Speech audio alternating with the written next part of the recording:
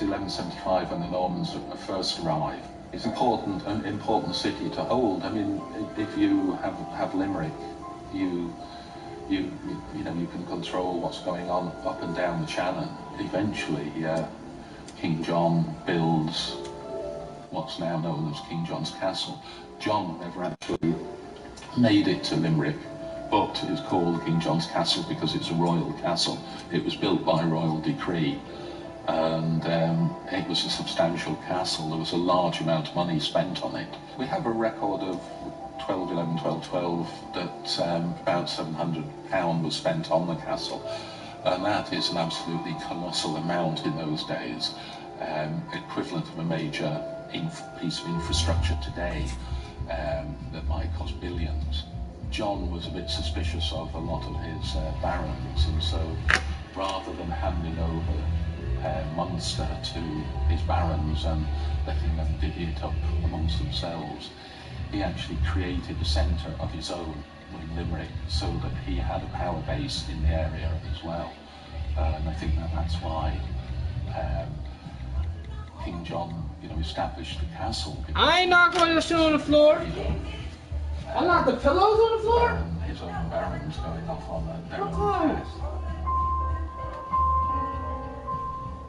Limerick Castle was another key centre, and it was established not as an isolated outpost, but as one of the biggest and most secure military bases in the whole country. And as well as building the castle, they developed Limerick into another one of Ireland's walled cities. Alongside Waterford and Dublin, it developed a system of English laws and charters, all administered from within the imposing fortress of a castle. No, I'm saying, shorty. Well, the Anglo-Norman incursions into Ireland at the end of the 12th century and into the 13th went tremendously well. The mid-13th century saw the colony at the height of its power. It had sway over quite a lot of the island, you could say most. As the 13th century progressed, Ireland really became two separate countries.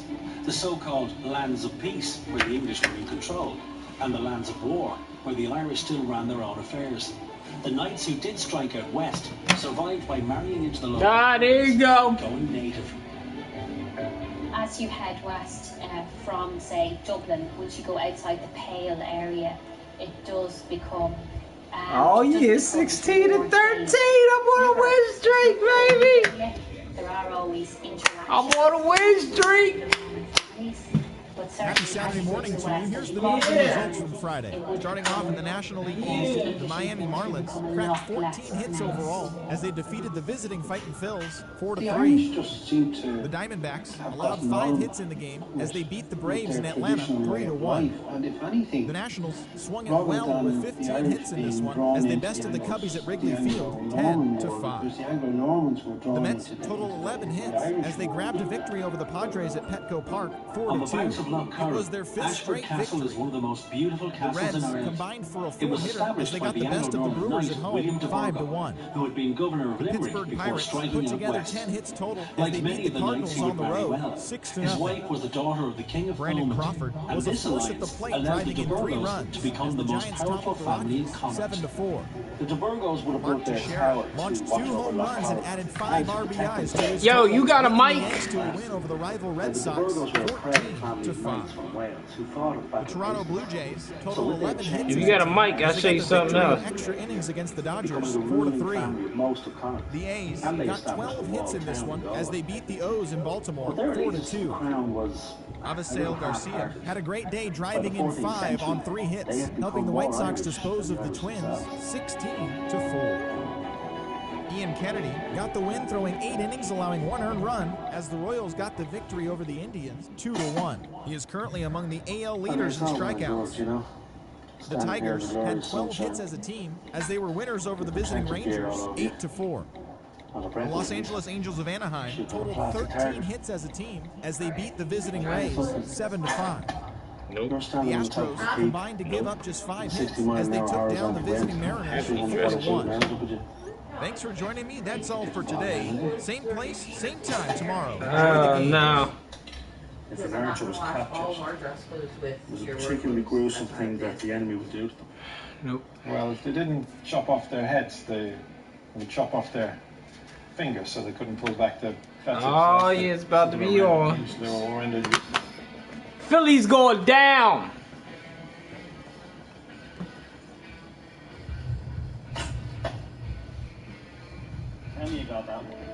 With its gallery of colourful owners, Ashford Castle, now a 5-star hotel, gives us a microcosm of 700 years of Irish history. In the 17th century, after 350 years under the de Burgos, the estate had passed to the Oranmore and Brown family, the descendants of the de Bruins, who had helped with the initial conquering of Connaught and had built their castle in Galway. The Browns held on to Ashford Castle in 1852 when they refused to sell off the greater part of their lands, like a lot of landlords. I love that you get severely injured every time. Every time I fuck with that dog. But the famine in the second half of the 1840s Ooh, I just pushed them fucking and finger a lot on. of landlords over the edge because they weren't getting any rents. So they Alright, now watch this. Nah, I didn't cut. I thought that shit felt like a fucking cut. I always hit like the sharpest point of his teeth every time I play with him. Was established. It was I don't know what it is. its day, precisely to take over responsibility for these indebted estates and to sell them on. And at this period, you then had a man called Sir Benjamin Lee Guinness, who was perhaps the greatest businessman of his era, in charge of the Guinness Brewery, and he was looking for an estate, a shooting estate in the west of Ireland, and it was in 1852 that he then discovered Ashford House as it was called at the time, and bought that. There you go. It was Arthur Guinness who made the big changes on the house. In the See, there you go. The same architect as nearby Calmore Abbey, which was built by another wealthy What's up? Gothic revival was known, and it made spectacular statements about who was to be linked to the Easy, I bought it. So, no longer for defense. The camera is the best thing about this shit. House now became Ashford Castle. That's the More than shit. The original de Burgo Tower. Ashford Castle. That way you can really broadcast. Decoration. The Guinness family were renowned for both their good work in the area as well as their famous. I'm about to beat the shit out these Phillies. Yeah, I'ma lose. Anytime I say that, they bust my ass. So of course, your family association. Damn, everybody tired. These new fucking players. Alright. Gamekeepers were Who that? They were gods. They looked after the estate. They were shooting woodcocks in the winter months with their parties and their guests at the house, and they came during the summer to Damn, I'm banging the shit out of these cigarettes. No, not It's not a that. bad big country car to have. No. The last room the Guinness built on was our Prince of Wales cocktail bar. MLB The Show's coverage of Major League Baseball. So where you been hiding at, boy? So your grandfather would be one.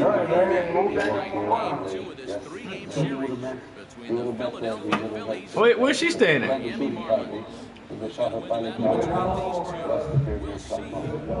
Oh, okay. It was 28,000 acres. It was all the land between Lochcarr and Kilfear and Lochcarr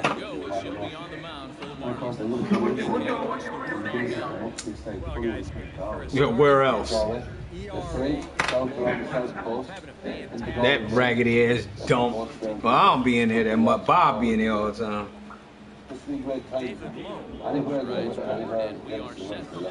You know, I love the parking lot more than I love that place. In the latter part of the last century, That's always been my spot. because a very famous I ain't giving them all my history goddamn of it. money. A very famous movie.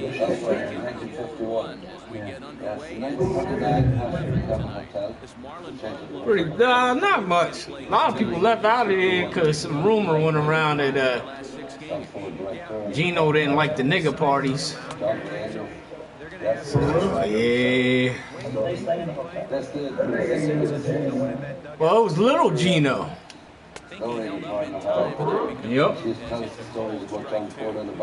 So everybody was like, oh, fuck that. Mr. Wayne liked it, didn't he? Yeah. So Ford said to him, right, no drinking for the shoot. For the entire shoot. I don't know how, hard wide. Do you honestly? Yeah. It's still talked about today. No matter today, what the breakfast Yep. somebody will always bring up some part of the film. By the middle of the 13th century, the Anglo-Normans had established their He's the bad over there, if you want to call it this. the country, and their control would be consolidated under the great earldoms, powerful dynasties of knights who managed huge territories on behalf of the crown. And the richest goddamn right, that's a strike. William Marshal, the greatest knight of all time, who by marrying Isabel, daughter of Strongo and Aoife, forged an alliance that would see the pair become the most powerful couple in the British Isles. Yeah, you've been missing. Everybody been asking, what else call for that? Well, he almost hit him on the last pitch, and he's showing he doesn't care. He's coming right back inside. Gets on top of one here and chops it foul right at home plate. Oh, that live shit. Short, hit hard. Backhanded. Throw gets him. Yeah, he love that fucking live shit. With a moment now, let's give you a look at the Miami D. It's brought to us by Majestic. Derek, what do we need to do? Yep. Well, guys, remember, this manager has not jumped on board with all the intensive shifts. Still that old school. Is that Howard? Plays guys straight. Oh, no. So we'll see how that impacts this game. All along the East Coast in key locations around Dublin, they Barely able to make contact. Down 0-2 now. This area known as the Pale would be the base from which they hope to conquer the whole island. And a fastball there is inside as that one backed him up a bit. We're going to see a lot more of this because this is a guy who's let it be known that he will work inside. He'll even back up and play the drill. Son of a bitch. And that finds its way through for a base hit. King Henry made his son John. Knew he was gonna get me. Yeah, he was hoping for a quick 1-2-3 to start the night. Oh, there's Ryan. He's gonna have a little work to do with the I know that bad swing. cleanup hitter coming up. On the ground to third. Prado's there. Sorry, Ryan. In time to decide it. At least you hit the ball, buddy. One left for Philadelphia. Now the Marlins will see what they can do. No score. Ireland was rich pickings for an ambitious knight. With success came the possibility. I'm trying to go on like a Tech Gate Wood Street right there. To become at least a very minor lord. I'm on 4. Ready to go as he's on the mound for the Phils. What do you have for us on him? Oh, I got to face Aaron Nola. He seems to get in trouble. Sorry, That's buddy. when he bears down. He's actually got a lower batting average against with runners in scoring position. That tells you a lot about what type of competitor he is. Eric Dietrich comes to the plate to lead things off here in the bottom half of the first. Very fit, hugely fit, and probably quite muscular. And he lays off there, 1-0. These Phillies, Eric Karros is they would have started their training then, so they have huge upper body strength. You have the Crusades happening in the Middle East at the time. Cavalrymen, especially the lords, are seen as an elite because it's not just about hopping on a horse and going to battle. It requires a lot of skill and a lot of training. So they were the ultimate fighting machine of medieval Europe. What would they be? Like gladiators almost.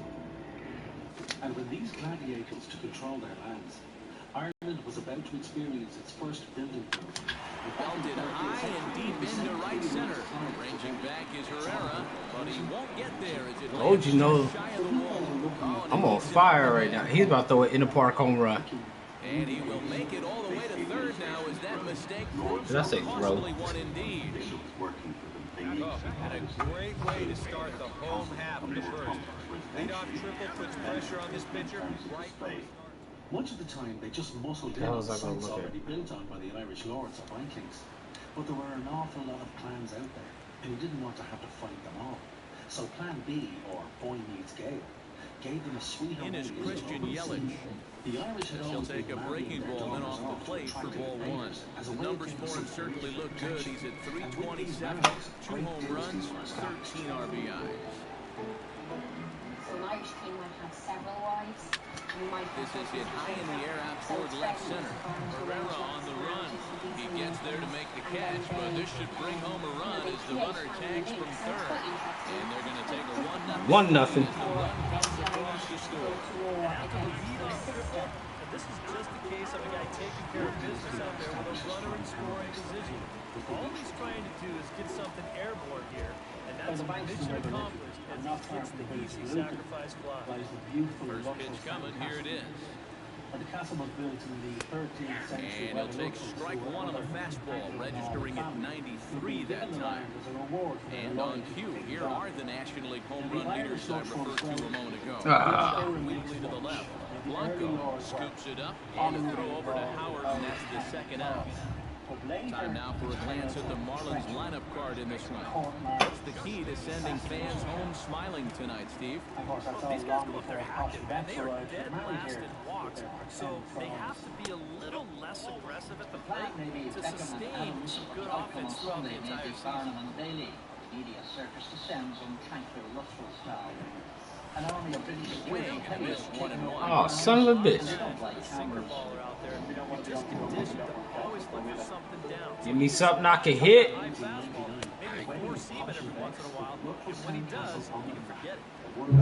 You.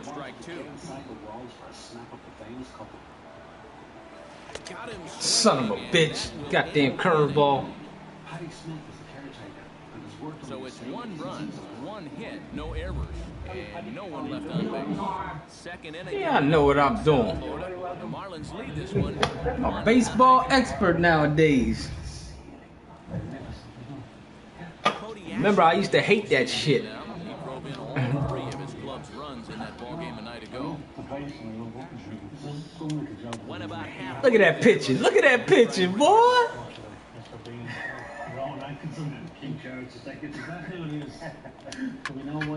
Just a bit late in these What's that? $60? Yep, GameStop, Walmart, anywhere. They all got them. Who the hell wrote me a message? Hold up a second here. Wonderful structure, all of it. This was back in the day a gate lodge of some. It was a gate lodge originally built as part of the yard. 1 for 4 with a double in the ball game last night. Into the windup and the pitch. A hermit minding their woods. Behind on that one. Oh, this dude trying to hit home runs. Into the windup. Here comes the 0-1. Bounce to first. Nope, sorry, buddy. Ground ball.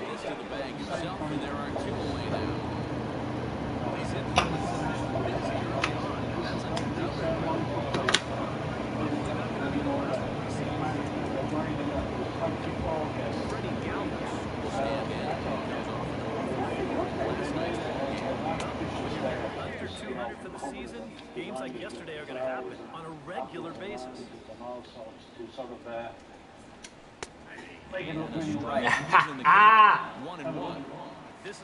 Let me stop with this dude hit a home run. He'll show you that good breaking ball, but then he'll run that fastball up the ladder at 92, 93.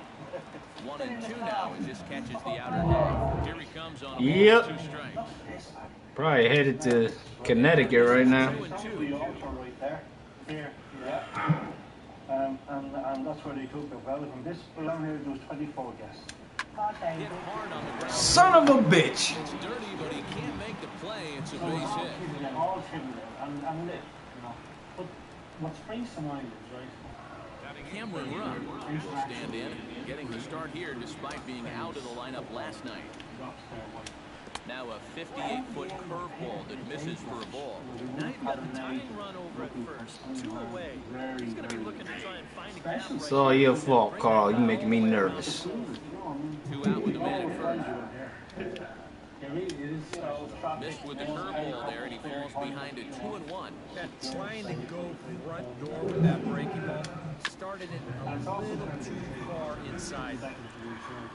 I ain't been on in a while, but yeah, I still got it. Runners on the move for second. Oh. What is this pitcher doing? And he'll make it into second easily with a stolen base. Down the third baseline. But this will get fouled, so they'll do it again. 3-2. Wow, what you be playing? This will be the 7th pitch coming up. Froze him for strike 3, and that retires the side. Yeah, you on it now, ain't you? Marcelo will get his first shot here. So you can see he's got that average up near the 3 mark to begin playing. Well, he's going through a stretch right now where he's hitting over 350 in his last 10 games. And Yeah, I played that, beat the storyline. Took me a long damn time. He was to be rewarded with a wealthy bride. When William was late, 1 ball, 1 strike. Both her parents were dead, and she had just inherited a huge estate in both Wales and Leinster. He was a landlord. Damn it! To the mound. She was a wealthy heiress. And the too late. man in the inning will get the job done here. It's an infield single. Not exactly the most convincing base hit you're ever going to see. Let's call this thing a swinging bunt. Call it whatever you want. He'll call it a leadoff single. Had in fact unhorsed Richard the Lionheart. First pitch of the at-bat on its way. Martin Prado stands in as he looks at ball 1 here. I think that's consistent with how the strike zone gets. Come on, need a home run. That's a strike in the rule book, but most umpires won't give you that pitch. And he won't bite at that one either. It's 2-0. They can lay off that 2-0 pitch. Get into better hitters counts. They're going to see more fastballs. That plays to your advantage as a hitter. Want fastballs. Son of a bitch. Pereira is in pursuit. Oh, he just missed that. Physical man, you know, with a background in That'd have been standing. That was gone. Look at how the Phils will set up on D. It's brought to us by Majestic. Hey guys, Pereira can absolutely. I was over there not too long ago. He follows the ball as well as anybody knows here. Should be a great outfielder for a long time to come. William Marshall was the greatest knight that ever lived. Hot shot to third. This dude always hits into a double play. Relay to Howard, and it's in time. Every goddamn time. Ends the inning. Around the horn they go. 5-4-3 to end the threat. On their arrival, Aaron Nola sets the lead off the third. 9-1-2 due up. Well, you know it's always a tough inning when your pitcher leads off for you because most of the time the guys just flat out can't hit. Keep swinging, buddy. Maybe he can get something started here and help himself out. And he's really getting the better of him now. It's strike 2. Yeah, still a little late. I'm about to strike this dude out. Well, they established a pair bases. Go sit down. Go grab some bench. Well, it's always nice to get the inning started against the pitcher. He sets him down easily for the first out of the third. David Lowe will get a second shot now. He grounded out to start the ball. Damn, I don't even know the Philly squad no more. All these new cats. Fastball misses in the dirt as he tried to get him to chase the low one. Bases are empty, 1 man out. History of William Marshall, which is the great poem about them. 3-0 now. Yep. Straight strikes to the first hitter in the inning. 3 straight balls now to the second. Still there. And a good comeback there. It's 3-1. Oh no. No more detailing. Been over for years. Drifting into foul territory on the right side. I do the lot. That's my thing. Drive them. Now here in the third. J.P. Crawford stands in. He's 0 for 1 after grounding out. Game plan as a couple. There's a good fastball on the outside corner as he'll take a look at strike 1. A strong motion of herself. And we not throw, she's the ground off. That's taken. Now it's 0-2. And you kind of get the sense that he's not really messing around out there too much. There hasn't been a whole lot of set guys up here in this inning. He's just trying to Come on, dude, swing. as fast as he can. Ball and 2 strikes. Here's the pitch. Swing and a miss. Oh no. No. You don't want no Sebring. 3 up, 3 down for Philadelphia.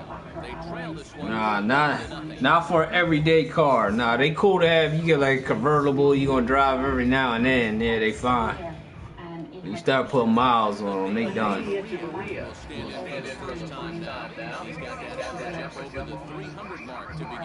At least with a Maxima, you won't have to do a timing belt. With a Maxima, you won't have to do a timing belt because they got a chain.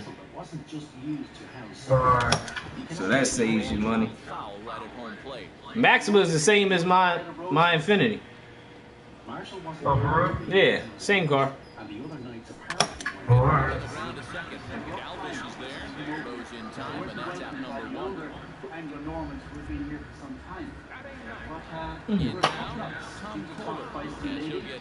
Shit, I think I still got some parts for them cars. Oh, why'd I swing on that? And he will make the play out there, and there are two away now. Derek Dietrich will get a second crack at it here. Remember, he tripled to start out the home first. The war on this side of the castle was taken down in the 80s. The people who lived in the south of that kind of buckets, they wanted a clear view out. The fastball here is he'll take a look at ball 1-0. You have to remember there's an outer courtyard in the castle that's underneath. And I believe they'll say he brought the plane as yes, he did. Oh, this dude. So they could get a better view. Come on, dude. An impression of the kind of wealth that he had access to. Smoke the other way, high and deep to left. Got him! And this one is gone, a home run. Hear that, Liz? Home run.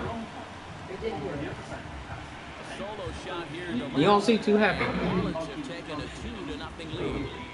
Liz, I'm over here knocking in home runs. Oh, that's right. I'm playing the Phillies. Carl said Hi. Did you hear?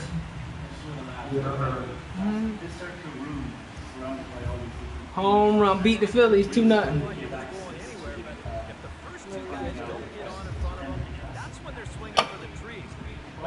I wasn't even swinging for the trees then either.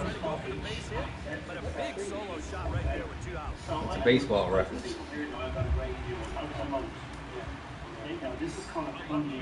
In is Christian Yelich. I told the boy Nola it's gonna be a long game for him on that mound today. I said, look, young boy. It's gonna be a long day for you, son. Welcome to the big leagues. We still got 100-something more games to go. Uh-oh.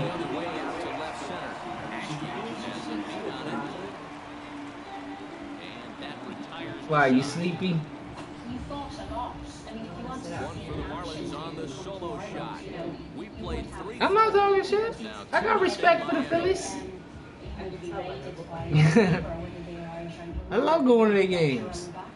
Leading off the inning. I root for them and they ain't playing them up. Get something going here and even this game up. They was pissing me off today.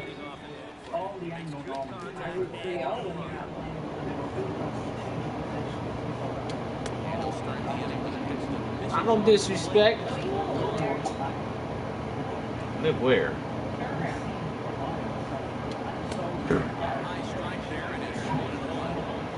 Does nothing for me. I would be like super stoked.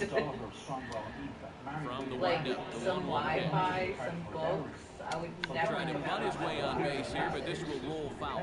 Some tea. Real Irish tea. Did a good job. See, Carl, you gotta get some baseball, man. He'll have another shot at it here. Ready to deliver the 1 and 2. And another foul ball. Yeah, I ain't lost online yet. Set to deal on a ball and 2 strikes. Ripped on the ground to first. Fields it cleanly. Yeah, because you really don't need the game. All I gotta do is send you a virtual joystick and you can play with me. You ain't never do that yet, have you? Yeah, any game. If I got a game, you ain't got it.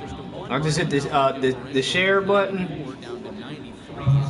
and hit PlayStation Share, and it'll send you a virtual joystick, and you'll join my game. And digging in, slugging first baseman Ryan Howard.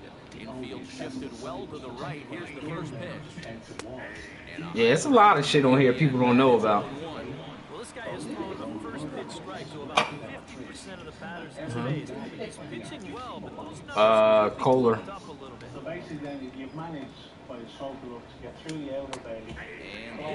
And he's on fire this game. Yeah, he came with a little bit of a different look that time. This pitch is also in there knee high, and now they've got him behind the count. Cause I wasn't paying. I thought my joystick was broke. I wasn't paying attention when they start throwing it in the dirt like that. It's trying to get them out the fucking game.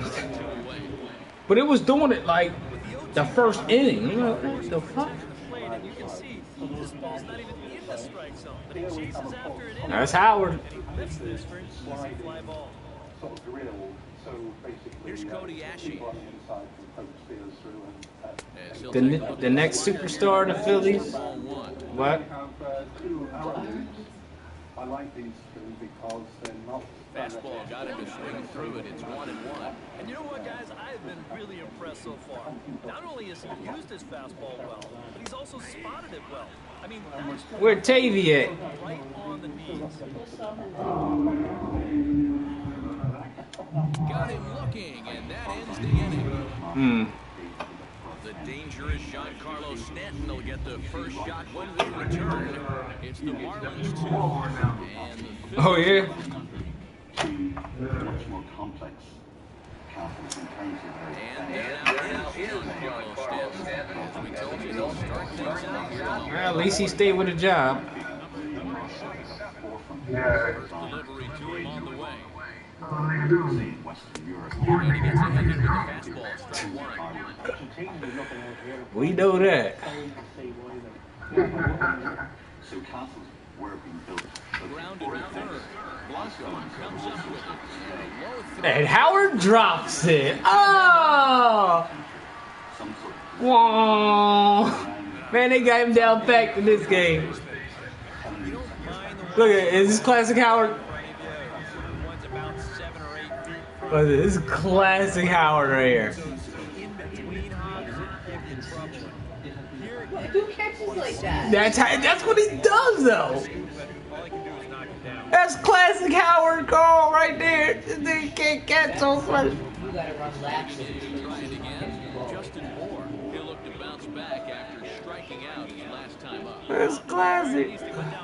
This game's about to get out of hand.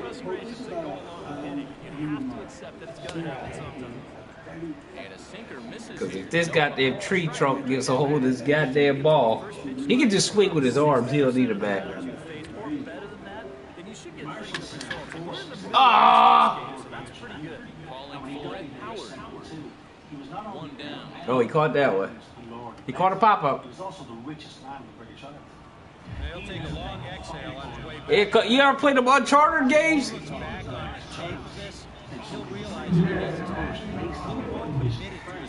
Hey, you gotta play all them joys. That's the shit. I'm all forward now.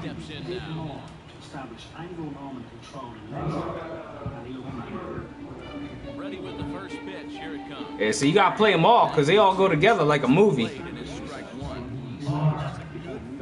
right there. He might be thinking about protecting against that sinker. Well-trained and hopefully loyal subject who would conquer and hold lands on behalf of the king. Uh-oh. Come on, come on, come on. He's got it, and there are two down now. Oh, this Nola's getting away lucky. Also, making a go of the lands that they have captured. Martin Pino is into the box. The Phillies killer. 0 for 1 with a flyout. The Anglo-Norman basically, their idea was to come in, take over what had been the local power. Yeah, your son hit me up on here one day. I'm like, who the hell is this? And that way, there was no great difference for the Irish. There was still pay taxes. All these changes were very dramatic for the Kings. Here's one that misses high. It's 1-1. The ordinary decent 2 runs, 3 hits, and no errors in the game for the Marlins. You know, you needed a license from the king to build walls with slow. Oh, no. He's got it. Throw on to first, and that error won't come back to haunt him after all as the inning is over. Marlins leave 1. They're up. you could really take out these. Leading off the inning is Bronco, and they'll need him to get something going. Oh yeah. And right here is an important time for them to climb back into this one. They definitely want to even this one. How's Erica been doing? Fastball in there for a cold strike. And he lays off for ball one. So you've got to say to yourself, well then, okay, well how are the Irish maintaining a certain degree, depending on the area, of independence? Swing and he pops him up over toward foul territory. And he's retired here, one away. Yeah, I still ain't even beat the boy yet in person. He's got the shutout working here, as we'll show you league ERA leaders. Well, it's just business as usual for him, man. He leads the National League in that category. So far this year, nobody's had an answer for his stuff. Been dominant. Not only that, but the defense behind him has been rock solid as well. Oh no, your mom's old Lil John? Off the radar screen there, it's 2-0. In my opinion, they did it very successfully. And he'll play the fastball in here to get the count back to 2-1. A pretty dangerous spot for them. I don't think it was by design. It's one thing to miss your spots out of the zone, but when you miss in the zone, especially up, you tend to get hurt. What we would now call a kill zone. Chopped at the plate. That's a foul ball. Hey, where you working at now? They never had enough equipment. Oh, that's right. He's ready with the 2-2. All right. How to use trenches. Third foul ball in a row. This is turning into a pretty good at-bat. Ready on 2 balls and 2 strikes. Here it comes. Yeah.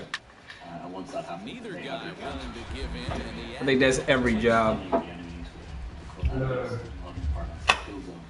And that allowed them to have the advantage to ambush. Locked in a good battle. Here comes another one. To win and beat Oh, and come this pitch on. is taken high and away to fill the count. It's 3-2. Well, he might have just said, look, you're going to have to take this one because you ain't fouling that one. Got him. But taking in over at first for the second out, as that might have been Lazy, give me a beer. 3 feet higher. You just get the sense that he's got it on. See, just like me, he'll call you over and actually meet you. Give me a beer, puppy. We'll stand in now with 2 away, trying to avoid another 1, 2, 3 inning. And now you finish him off fairly quickly. Any kind of threat whatsoever. You're my favorite. And that's on the outside corner for a strike. And it seems like you kind of got away from that Yep. here in the last few innings. You got to think about bringing that one right back. It's swung on and Killer. in the air. Ain't that right, puppy? And Ozuna will make the catch Killer. to retire the side. Phillies down in order. They trail things here 2-0. No love from Daddy. We're now beginning to get the measure of I their petted his ass. You did not. Puppy. Yes, I did. I bet I walked in. And over I there. want you to pet him again. You keep calling him over there. Puppy. Ball for it. Watches a fastball right there for strike 1. There's his total now, just into his 5th inning of work. Nothing too out of the ordinary there. Well, the pitch count's the least of his worries. If his guys don't get him any runs, I don't think it'll matter all that much. That must have been a really dangerous. Come on, sucker. However, this was the lordly residence. Filthy changeup that time, but he's able to make contact and he'll get another Filthy changeup. And other warring natives in order to maintain their hold. This dude ain't throwing nothing I can kill. And this was That their misses advantage. 1 and 2. Yeah, that's the way Curry strikes when they It's going to be good short. then work it out, see if it takes. Tried to hold up there. Nope, that's a check swing. No swing.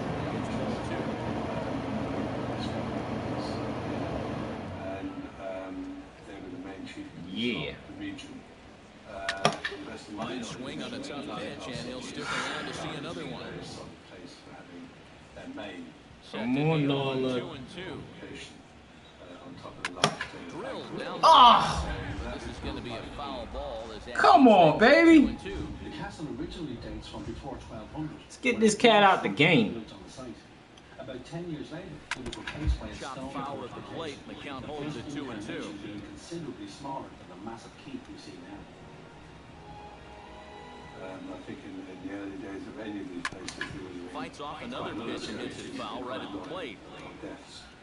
Well, at least I got him throwing 8 pitches. Here's the pitch on 2-2.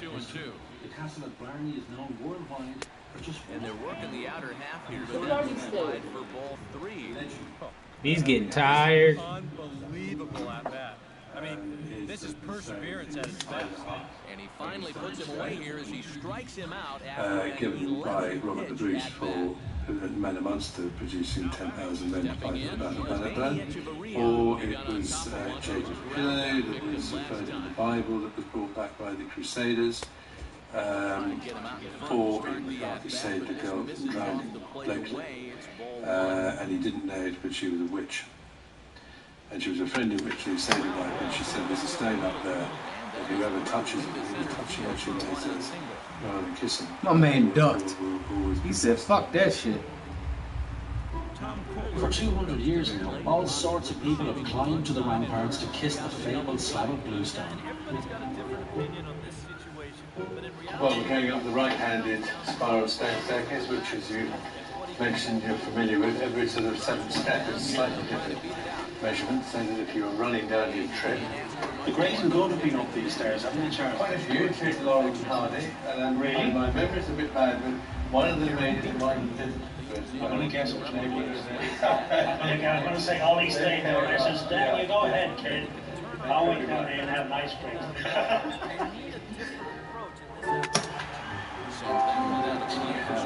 Steps. I'm starting to feel in the films you were Oliver Hardy. I'm trying to see why you wanted to stay down there. How many steps are there, Charles? Got him. I'd say you're nearly there. That kid's on fire in this game. And then you can see the 2 floors. It's always good to be taking a bunch of rooms. Well, not the main centre, the main Yes, so where the stairs is, and the streets off the stairs. Still got a few more steps. Alright. Yes. And then we're upstairs. That's the old. Alright. I'll see you tomorrow.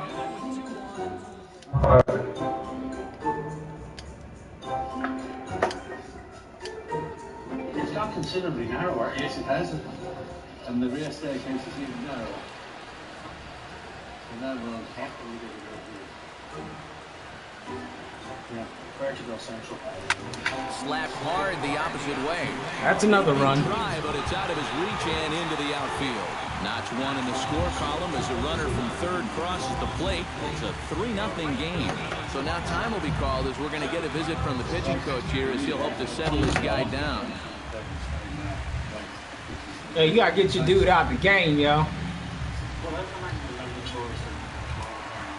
Giancarlo Stanton digs in, and we'll see what he can do here with 2 on and 2 out here in the 5th. Now some movement out in the Phillies bullpen as a lefty and a right-hander start to loosen. And here's a fastball called for strike 1. Yeah, the best way to neutralize this guy's power, just keep putting pitches right there.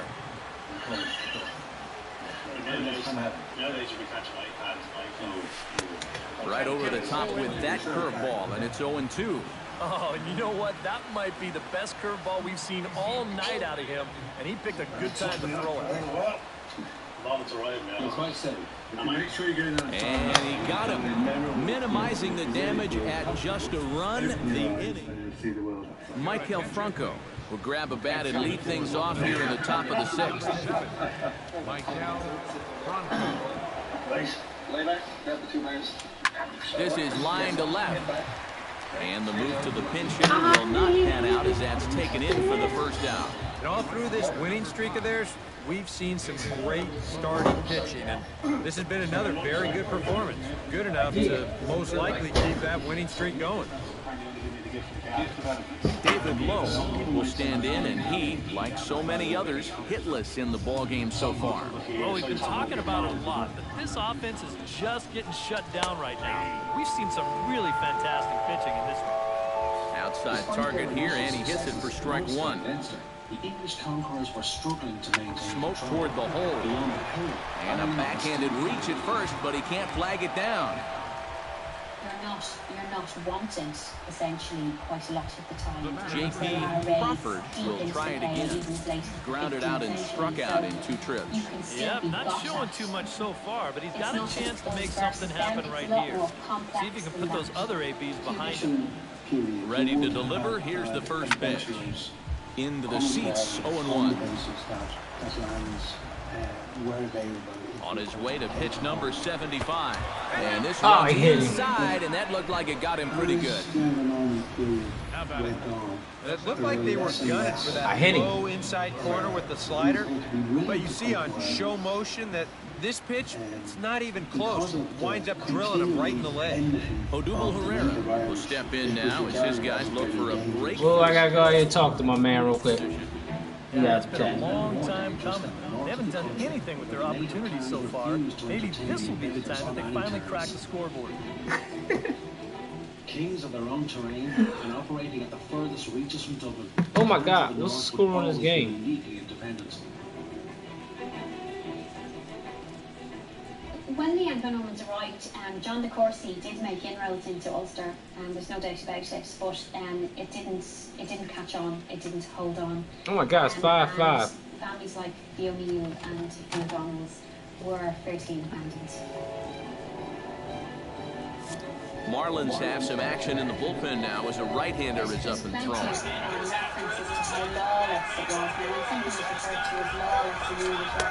Oh, might not have been where he was hoping to put that pitch, but he somehow gets a swing on it anyway. Strike 1. And the Phils know this one key hit here can make a big impact on the outcome of the ball game. And it's quickly 0-2. We can't beat the worst team in goddamn baseball.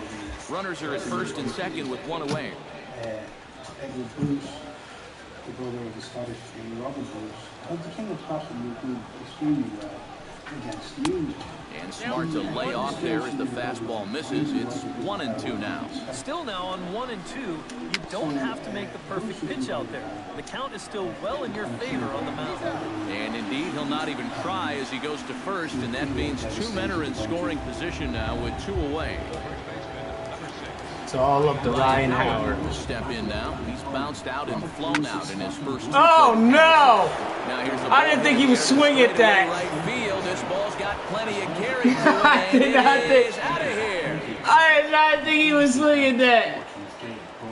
Oh no! Howard unloads on a 3-run homer. Home run number I ain't fucking with you no more. And the Phillies have pulled even now with 3-3. Well, we can pretty much go ahead and start this game over. Are you right serious? Now. You see where this pitch was on show track? He's not going to miss it when it's in that location. That 3-run home run pulls us right back in. Here's Cody Ashe. And a ball 1-0. So after the strong 5 innings, things have not come as easily for him here in inning number 6. Well, this is kind of the MO of this lineup. They have a way of just wearing you down. And they're starting to get into some better counts to hit. And that work's paying off. Swing and a liner. Foul.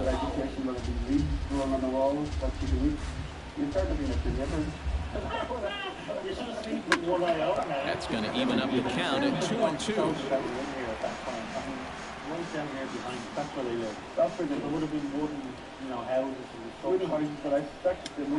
Liner toward right center. Stanton is there, and he'll make the catch to retire the side.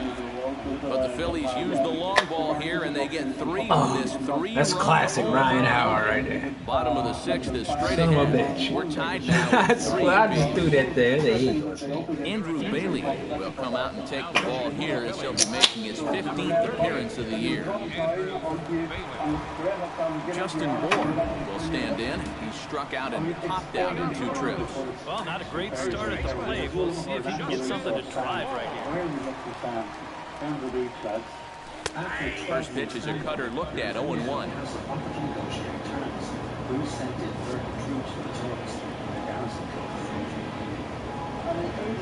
And boy, this at-bat is not starting off well as he's behind 0-2 now. Deep breath. Big time right there. Focus. Fastball, strike three called on the outside corner, and a pretty generous corner at that, as that's the first down of the inning. You know, and I think most hitters will tell you, if you get a bad call on strike one or strike two, you know, they can live with that. But if you're going to punch me out on strike three, it better be a strike. If not, I feel like you're taking the bat out of my hands. Here's Marcelo Zuna, as the first pitch to him is in there for a called strike one. Adoption of the population of the country, a lot of starvation, and Ireland is left an electric. Line drive to left, but pretty much right at the left fielder as he takes it in for the second out. Martin Prado stand in for the third time now, still without a hit, so that streak could be in a bit of jeopardy. And I think that's in the back of his mind, but it's not something he's really focused on. He just wants to get up there and put a good swing on the ball. There's a saying for them, it's Hiberni or ipsis Hiberni, which is more Irish than the Irish themselves. Now a ball hit high and deep, carrying towards the corner, but this will land foul shy of the wall. I think the Irish fight back. A pause and the 0-2. Swing and a miss, and that ends the inning. Partly as a consequence, the Bruce Moores, the Irish were in the ascendancy. Welcome back to South Florida. Tight one on our hands, all tied at 3 apiece as we look at the game summary through 6 innings of play. Leading off for the Phillies. So Ireland has to effectively reconquer again. Andres Blanco is in to start things off here as he looks at a called strike. It's 0-1. You surprised they've left this guy out there to start the 7th? I thought he was looking a little shaky in the 6th, so I don't think he's going to be on a real long leash right here. Ready to deal. Here's the 1-1. Pulls this one into the air out into right field. Stanton has a read on it. 1 away.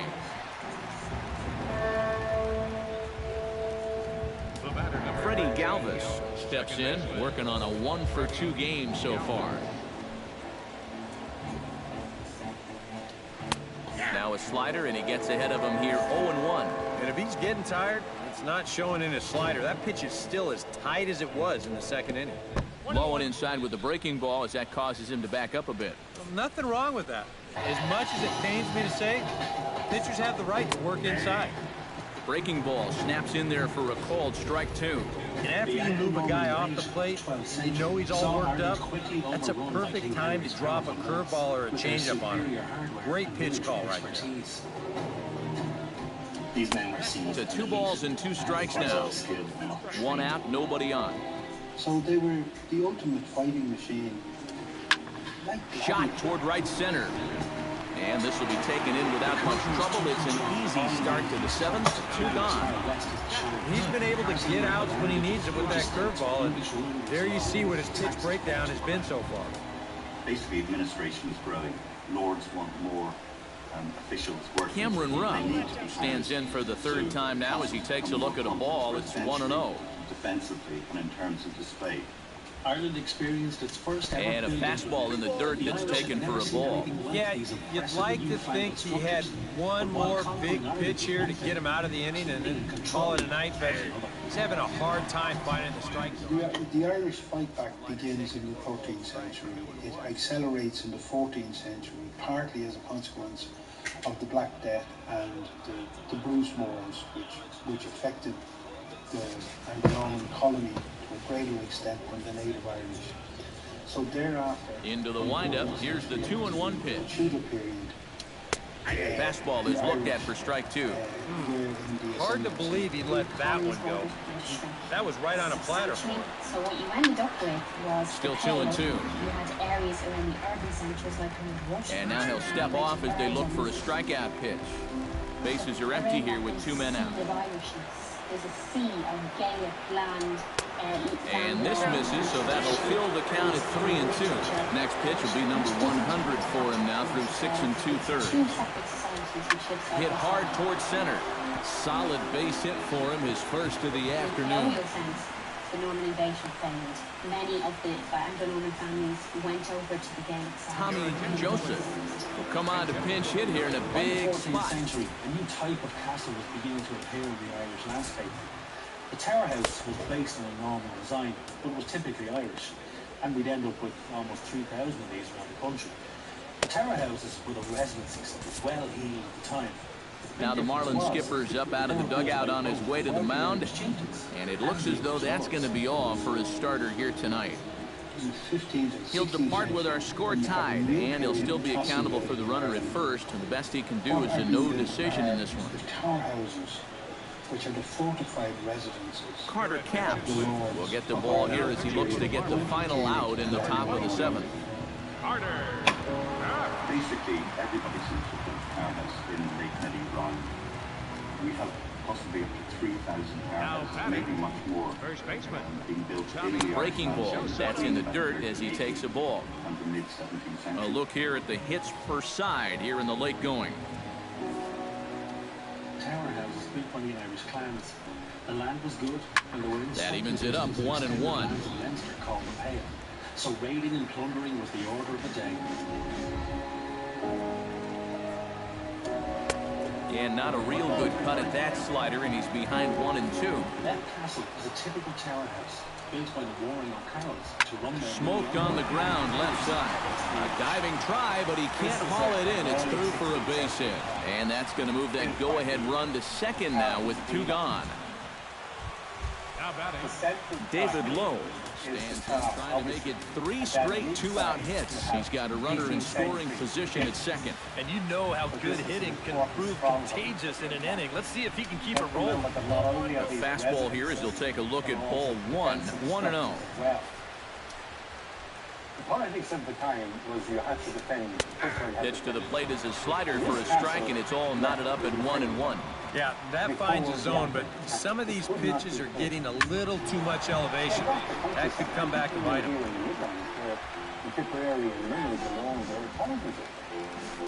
But powerhouse, they're usually indicative of a breakdown. Grounder hit hard down the first baseline. But this is a foul ball as the count holds steady at 1-2. Hoping to keep it tied, here it comes. Lifted in the air out to left field. Yelich has a read on it, and that's the 3rd out. Good work there from the Miami bullpen. Time to get up and stretch here in Miami, and we are all tied at 3 apiece. Goddamn Ryan Howard. David Hernandez will get the ball now as he'll take over on the mound to start the home 7th. The story, traditional musician Sean Ryan has lived in left. JT Realmuto stands into the box. He's 0 for 2 so far in this one. So when you arrive, Sean, slaps that one away, and the count will be 0-1. Last time we were here at the Derbies, they were burned out in 1922. Ready with the 0-1 pitch. And now a curveball that bounces up to the plate. It's 1-1. Local battalion of the regulars came and lit a match and supplied to the house. High fly ball out to straightaway center. Pereira is there. Looks it into his glove, and there's one gone. Adani Echeverria will dig in. 1 for 2. He grounded out the first time and followed that with a base hit in his second plate appearance. Tap fouled at home plate. Bases are empty, 1 man out. A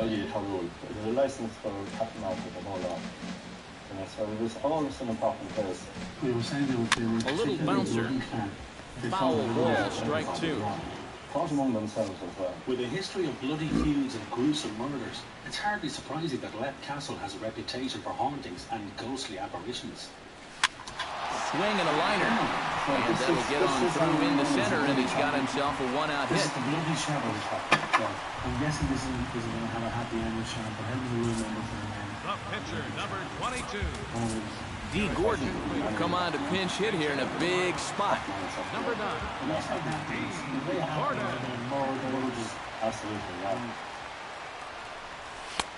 And that misses for ball 1. Boy, I don't know that I'd want to be facing this guy right now. He looks pretty fired up out there. Yeah, he looks like he could run that fastball through a brick wall. Drops one down here, and he'll try to beat it out. And he'll reach first as they can't make the play on it. Well, I've got to think this is a lack of communication right here. I don't know if he heard it. I got it or what,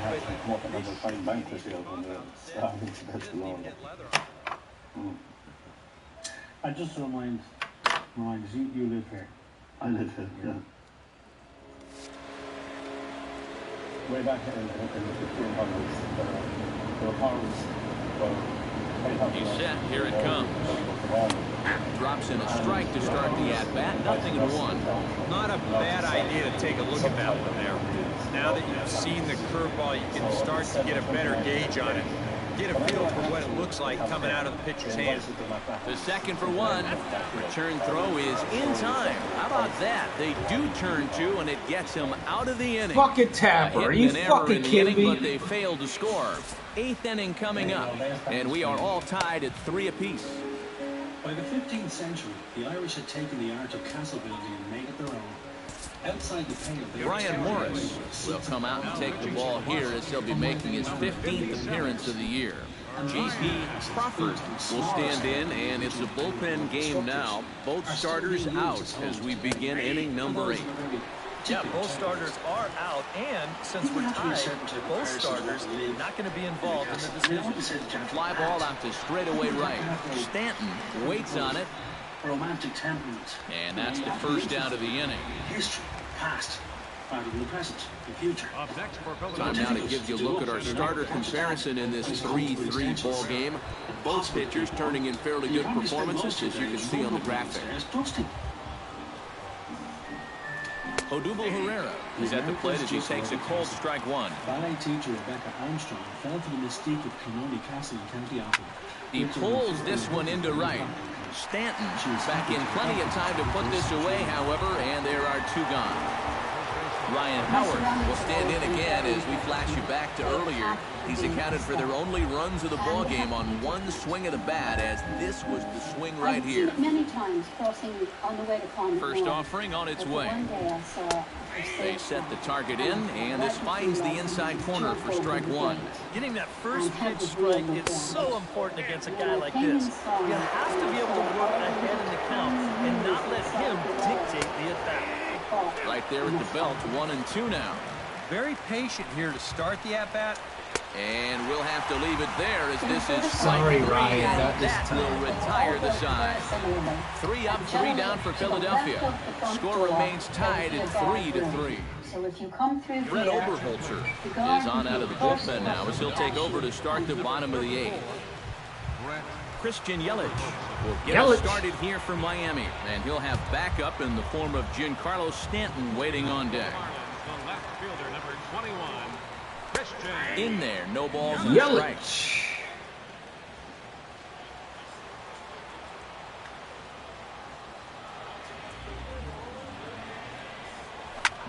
Lifted the other way to left center. That's a killer. Get the fuck out of here. He did. What a play there for the first out. Oh, this is just a very tough play here in the outfield. A lot of times you're going to see the ground jar the ball loose, but he looks this one in all the way, lays out, and winds up hanging on to the ball. Giancarlo Stanton now. Hit hard to short. To his left, Crawford. Throw gets him, 2 down. Now batting. Justin Bohr will stand in now, hoping to get on track as they've been able to neutralize his power out of the cleanup spot. 0 for 3 thus far. Well, guys, it just hasn't been his day. You know, sometimes cleanup hitters are sort of all or nothing type hitters. But hey, he's still got a chance to make an impact on this game right now. High and deep to right center. Pereira ranging back to the track. Gone!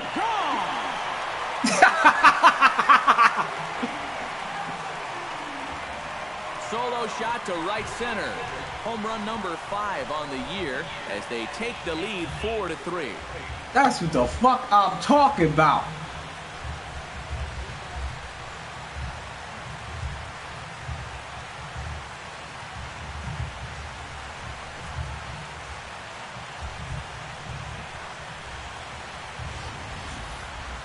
And you know, the only way you're going to tie this guy up on the inner half is if you go up and in. And if you leave it belt high, he can handle that pitch, and he handled that one all right.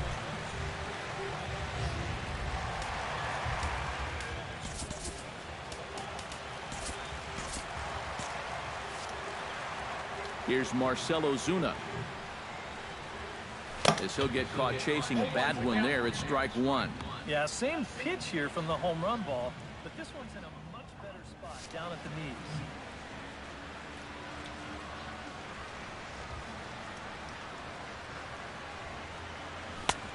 Fastball, and he's quickly in the hole, 0-2.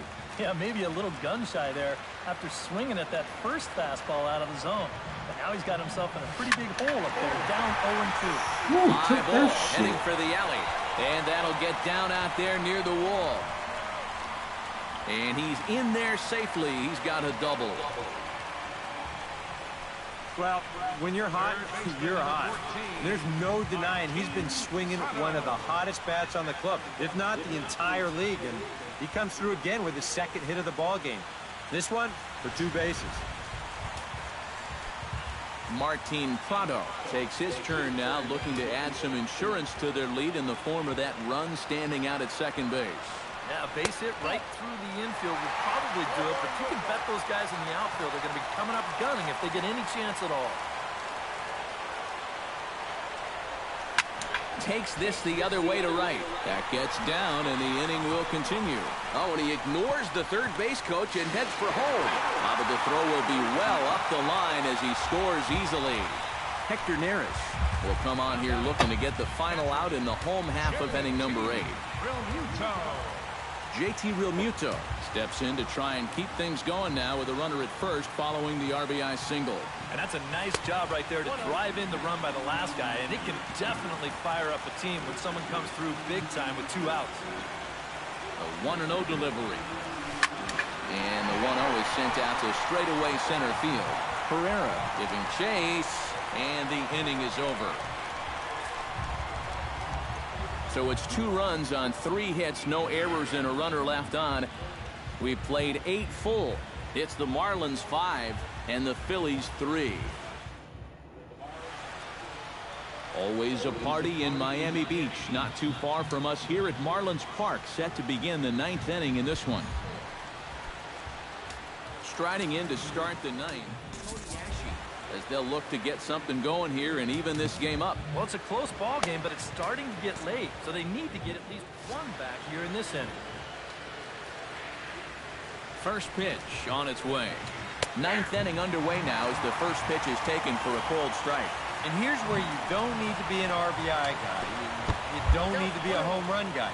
You have to be a leadoff guy. Just get on base somehow to give that tying run on deck a shot. And that's a base hit, so the leadoff man does his job here to start the 9th. Andres Blanco will dig in now, and he'll do so representing the tying run. Yeah, and you're not too worried about this guy jumping the yard on you here and tying the ball game.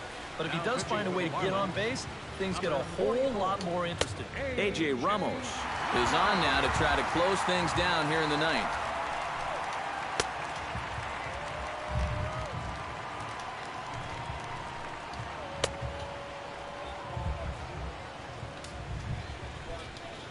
Andres Blanco will be the first to stand in against the new pitcher, as he'll do so with a runner at first and nobody out.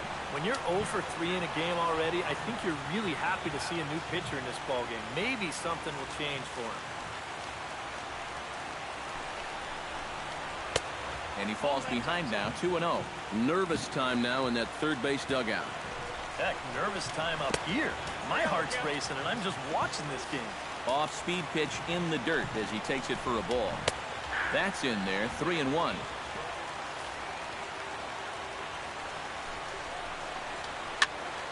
Hit out of play, and it's a full count now.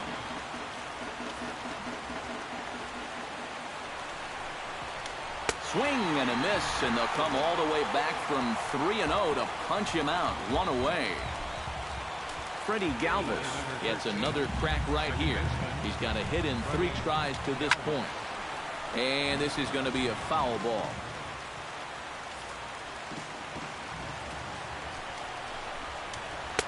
Got him to go after that one, and he's in a quick hold, 0-2. Now, he's probably lucky he didn't make contact on that one. This is hit the other way out toward left field. Yelich is after it, and he brings it in for the second out of the inning.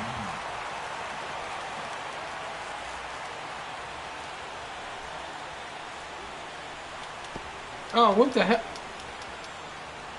And this will prove to be a heads-up play at first as he tags up and moves into scoring position now. Cameron Rupp makes his way to the plate, needing to make something happen. They're down to their final out in the 9th inning. Good changeup there to start him, but it drops a little low for ball 1. Now a fastball for a called strike. It's 1-1. Yeah, there's a good one right there, right over the top. Just fire that thing in there.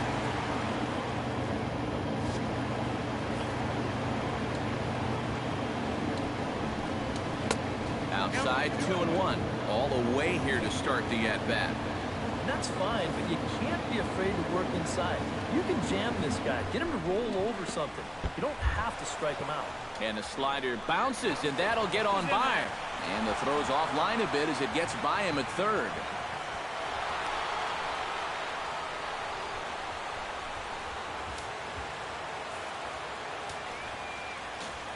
Three and one, here it is. Hit well on the ground to first.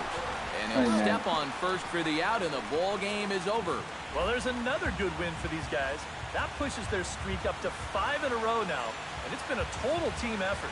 Good pitching, good hitting, good defense. They're doing it all right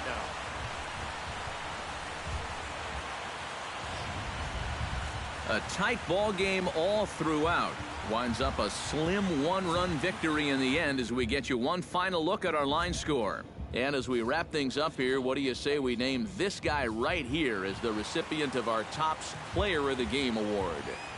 Yeah, maybe a little disappointing that he could only get 3/4 of the cycle, especially since he got the two hardest.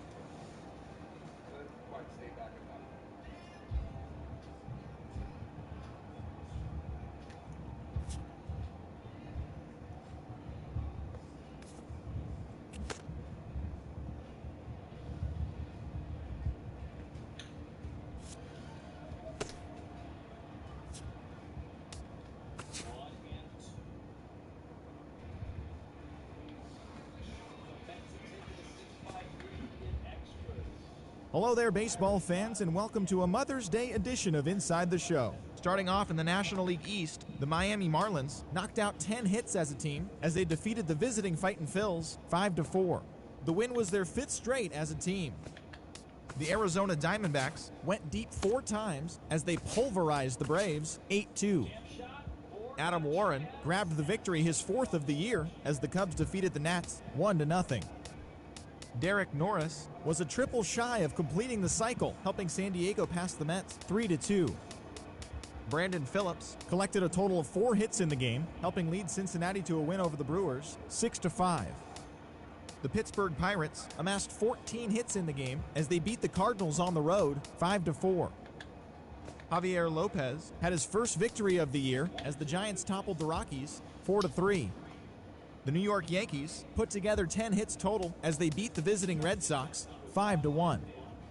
The Blue Jays pounded out 17 hits in this one as they got the best of the Dodgers at home 10-8. The Orioles cracked 14 hits overall as they went home with a walk-off against the Athletics 5-4. The Twins totaled 13 hits as a team as they beat the White Sox on the south side 4-3. The Kansas City Royals pounded out 17 hits in this one as they beat the Tribe in Cleveland 7-2.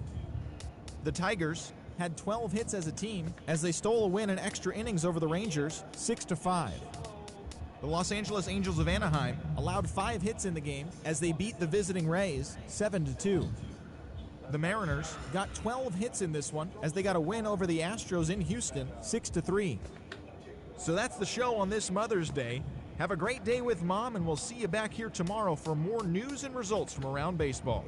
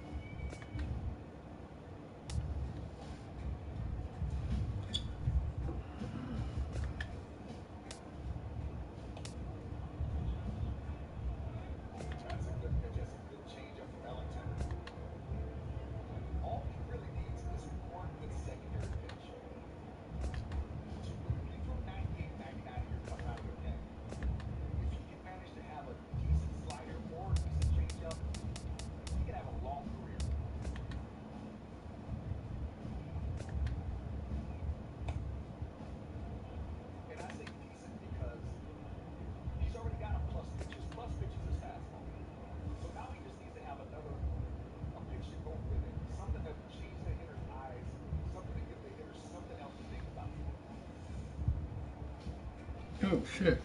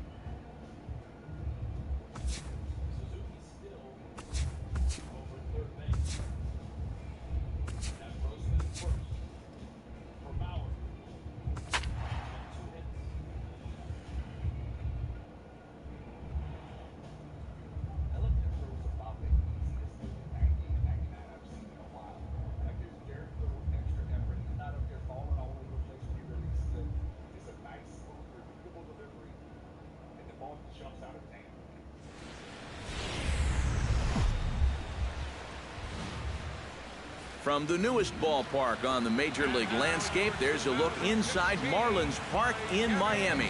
Lots of pink all around for this Mother's Day matchup between the Philadelphia Phillies and the Miami Marlins. It's Marlins baseball, and it's next on the show.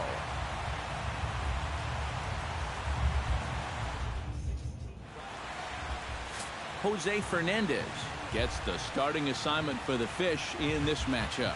EK, what's the word on him? Yeah, guys, in his last start, he went into the 7th inning, but wasn't able to get a decision. They'll look to get a W here in this one.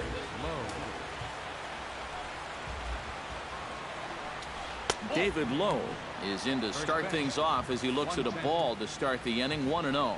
These Marlins, EK, as they take the field here this afternoon, they come in riding a 5-game winning streak, and they've really got things clicking. Not only have they been playing well, but they've got their ace going here this afternoon, so the rich get richer. Shortstop, JP. Set to get his day started, JP Crawford, and it's been a real struggle for him with the bat so far this year, looking to get things turned around in a hurry. Time for a look at the umpires working this one. Behind the plate is Darryl Parker. Well, Matt, Darryl, he can have that moving strike zone at times. He calls a pretty good game overall, but I know people aren't always sure what he likes. Time now for a glance at the Phillies batting order in this one. Who do you have your eye on, EK? Well, if you're on the mound, better be careful with Michael Franco. He's currently hitting over 300 against right-handers, which is obviously what he gets to face in this game. So I think we'll see him give a nice performance at the plate. He could be a key factor. Odubel Herrera will stand in, and as you can see the numbers away from home, he's been much better once he gets out on the road. The 1-0 pitch. In there, 1-1. And you know what? These days, so many guys are throwing in the high 90s. It makes those mid to low 90s guys look easy. But I'll tell you what, if he mixes his pitches well, it can still be plenty fast to have to deal with. Did a good job to shorten up and protect the plate, and he'll have another shot at it here. Ready to deliver the 1-2. Goes the other way, and this is in the air out to left. Yelich is under it. He's got it, and there are 2 down now.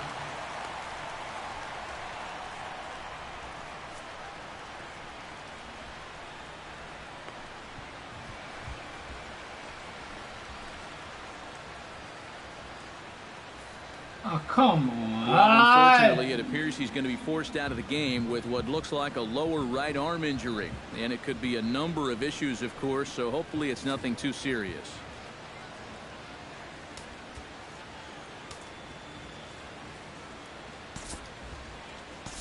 Number 24 is on, and he'll take over on the mound. Number 24.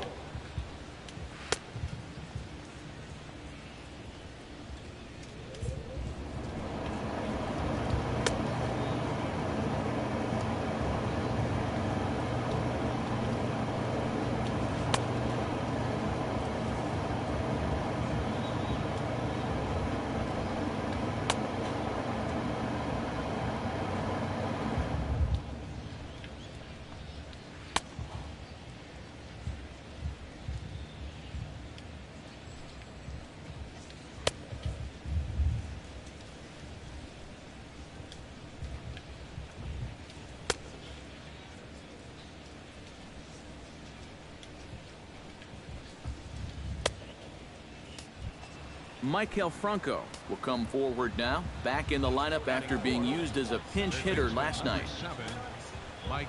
First delivery to him on the way. Drops in a strike to start the at-bat, 0-1.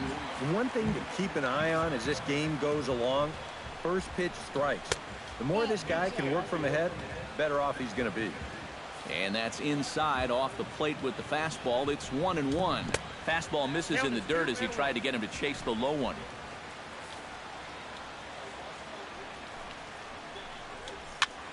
That's going to even up the count at 2-2. A runner on first with 2 away. Strike 3 called as he can't get the bat off his shoulders. Side retired. 1 left for Philadelphia. Now the Marlins will see what they can do. No score. Vince Velasquez, the California-born right-hander, is on the mound. What do you have for us on him, EK? Well, Matty, he's having a fantastic year with an ERA of under 2. You're going to have to pitch real well in this one to keep that ERA.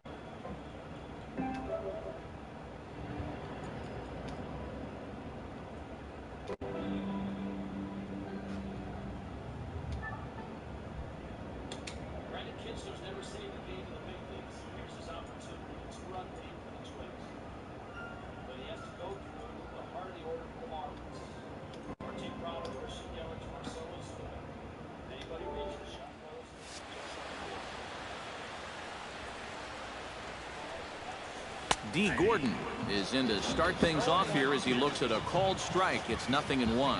Eric, these Phillies, as they begin play here today, it was another loss last time out, and this portion of the schedule has not done them any favors as they've dropped 5 of their last 7. And that includes losses in the first 2 games of this series, so they just need to have something positive go their way. Salvaging the finale might just be the thing. Time now for a glance at the Marlins lineup card in this one. Who are you focused on, EK? Well, Matt, I'm going to be watching the speed D. Gordon. He hasn't been missing much lately, hitting 3 home runs over the last 10 ball games. Not an eye-popping statistic, but still a good indication that he's been in a groove at the plate. And he gets ahead here with the fastball. Strike 1.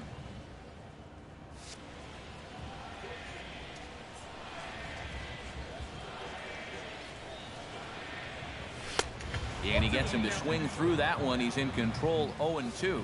Yeah, a couple of mid-90s fastballs, and he hasn't been close on either one of them. A little bit off the outside. It's 1-2.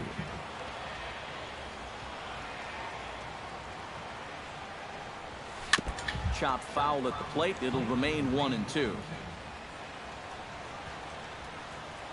Here's the 1-2 delivery. Now this is swung on, and here's another fly ball out to right field.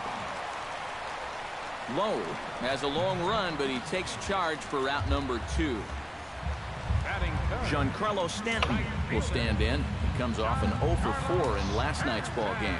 You know, guys, we all know that those kind of games are going to happen in this sport. It's a tough game out there, no matter who you are. But the good ones are able to put that day behind you and go out and focus on the next game. Into the windup. Here comes the 0-1. Oh, and he's really getting the better of him now. It's strike 2. And with 2 outs here and nobody on, if he gets a fastball like that one, he won't be afraid about airing one out here. This is a swing for the fences type situation. Not a bad pitch there with 2 strikes, but it misses 1-2. That's 2-2 now with 2 away and the base is empty.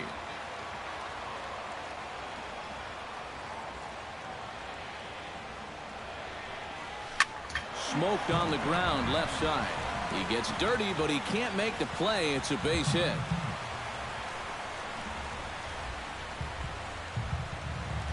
Justin Bohr gets his first shot now, and he's working on a modest 5-game hitting streak.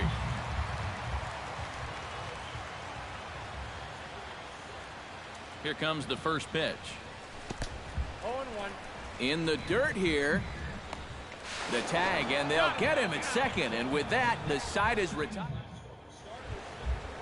Ryan Howard will stride in. He drove in 3 of his team's 4 runs in last night's game. Well, yesterday he just kept things rolling. You know, he's had 8 RBIs in his last 10 games. I got to take that. Hit in the air to right field. Stanton waits on it. And that's the first out of the inning. Batting 6. At the plate, Cody Ashe, as he'll get his first opportunity in this one. Down the first baseline. This gets foul. It's 0-1.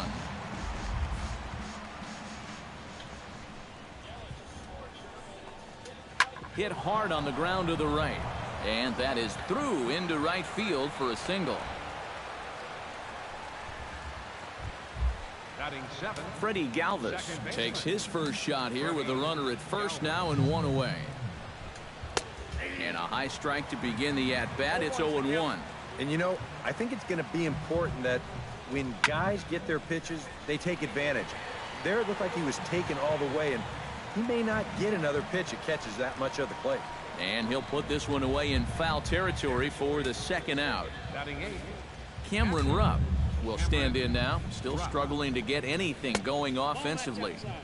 And this is just off the outside corner for a ball, 1-0. And he won't bite at that one either. It's 2-0. That's another good pitch.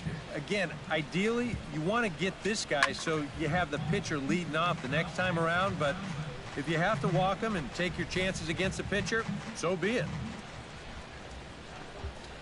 And this is yanked hard down the left field line. And that finds some outfield grass. It's a base hit. The relay throw. So now they'll have 2 men in scoring position following the 2-out double. Vince Velasquez will stand in with a chance to help himself out big time here with a couple of men in scoring position. And a lot of times pitchers go up there just because they sort of have to. But here, if you go up and just think ground ball up the middle, you might get one home, maybe 2. So this is a big time chance. Here's the 1-1. A little bouncer. And the inning is going to continue here as he reaches on an infield single. David Lowe gets a shot now with deuces all around. 2 on, 2 out here in inning number 2. Here's a first pitch slider that just tails out of the zone. It's ball 1. That'll be a souvenir, and the count will move to 1-1.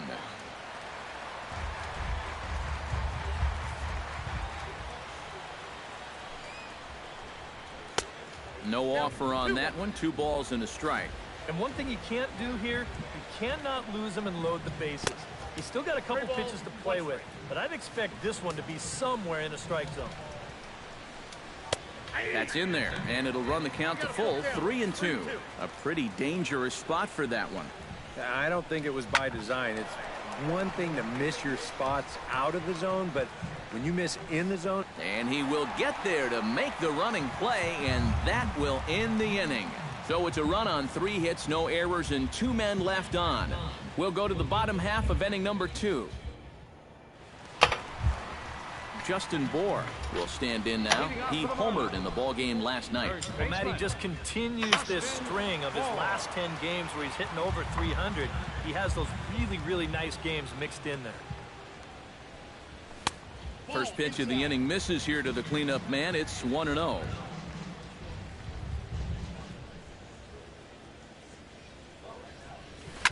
Now here's a ball hit in the air to straightaway right field. This ball's got plenty of carry to it, and it is out of here.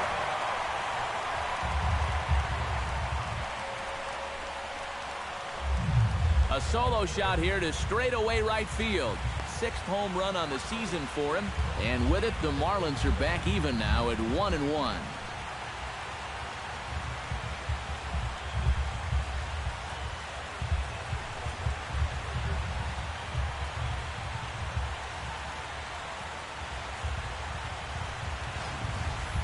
You just can't throw that pitch right there.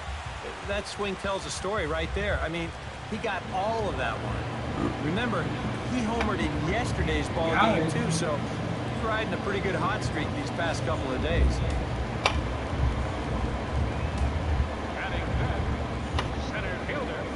Here's Ichiro now. As he'll look at a changeup that drops below the knees for ball one. The average has been good. 306 to start the day.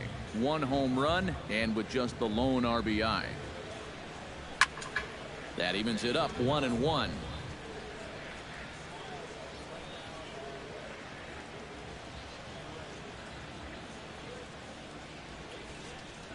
Oh, they have him looking awfully confused up there right now. It's 1-2.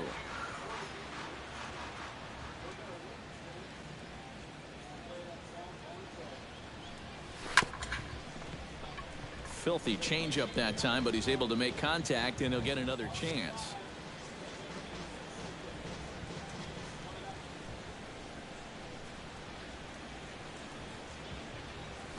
And another foul ball.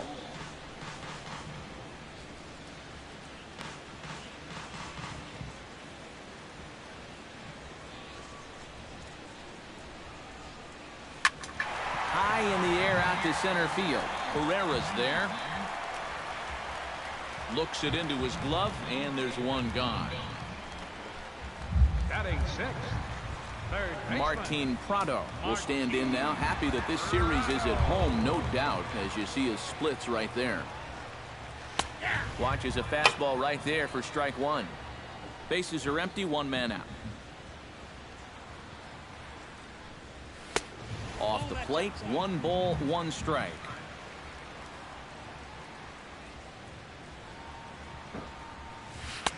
That nibbled the corner there, but missed. 2-1.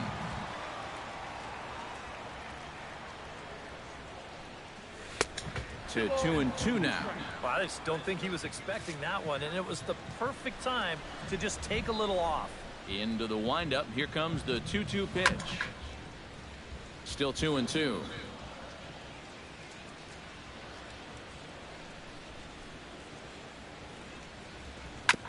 Chop foul at the plate, and the count holds at 2-2. 2-2 count. Here it comes. Neither guy willing to give in, and the at-bat will continue. Locked in a good battle. Here comes another one. And he can only battle for so long as he's finally set down here after an 8-pitch at-bat. Jeff Mathis gets his first chance here, looking to make something happen with 2 gone in the bottom of the second. Oh, and a hearty cut there to begin the at-bat. It's 0-1. That first pitch change can be a tough one. A guy doesn't have any point of reference to work from, and he just can't help himself up there. High pop-up. Howard just to the right of the mound, and that retires the side. Marlins able to knot things up on the solo home run. We've played 2, all even at 1 apiece. Back at Marlins Park for the 3rd inning as we get a nice aerial view of Miami Beach's Art Deco district. J.P. Crawford is into the box as we are all set to begin the 3rd.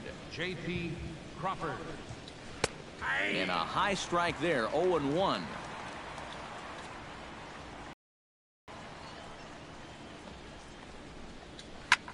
Skied in the air to straightaway left. Yelich is there, and he hauls it in for the first out of the inning.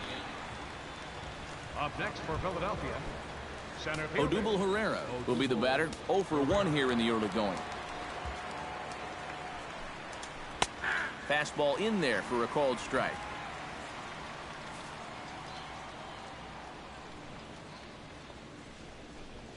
Low with a fastball here in the dirt even. It's ball 1. Swinging a hard liner to short. A diving try, but he can't haul it in. It's through for a base hit.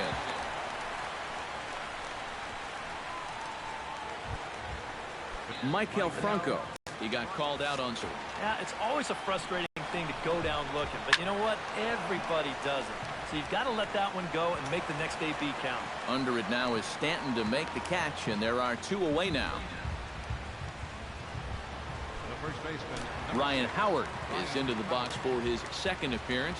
0 for 1 with a flyout. And here's a fastball called for strike one.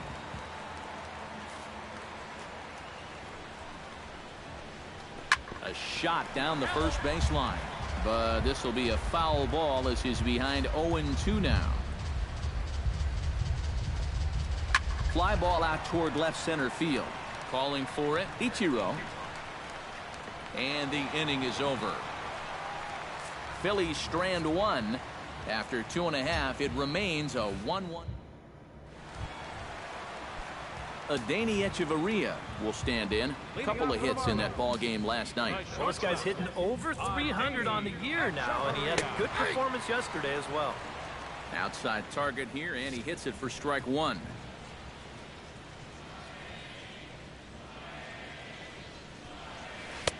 Swing and a miss on the slider, and he's quickly behind 0-2. Boy, that pitch is way up there. I'm not sure how he could have ever thought that was going to be a strike.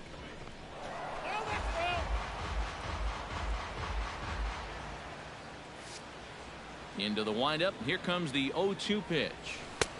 That misses 1-2. All right, so he sort of wasted one up right there.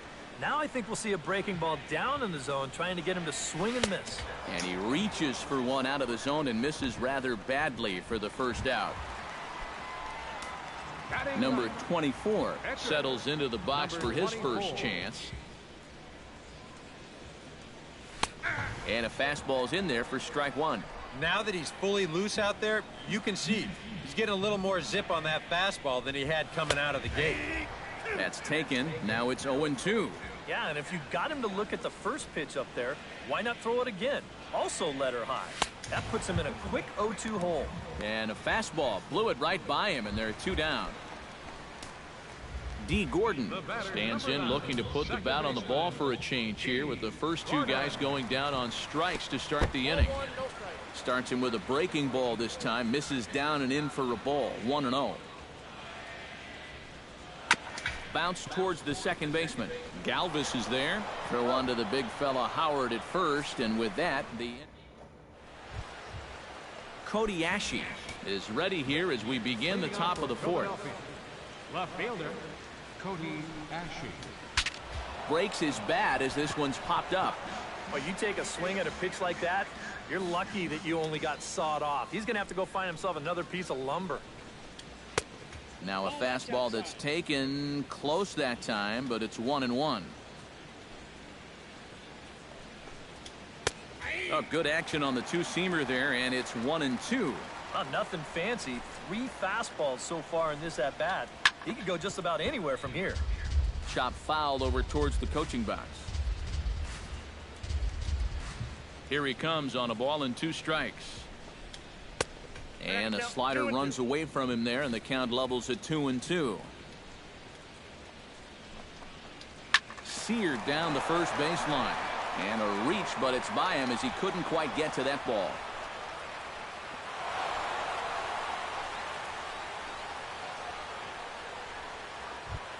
In now, Freddie Galvis. His last at-bat didn't go his way as he popped out in foul territory. You know, and I think that pop-up right there is just a result of poor pitch selection.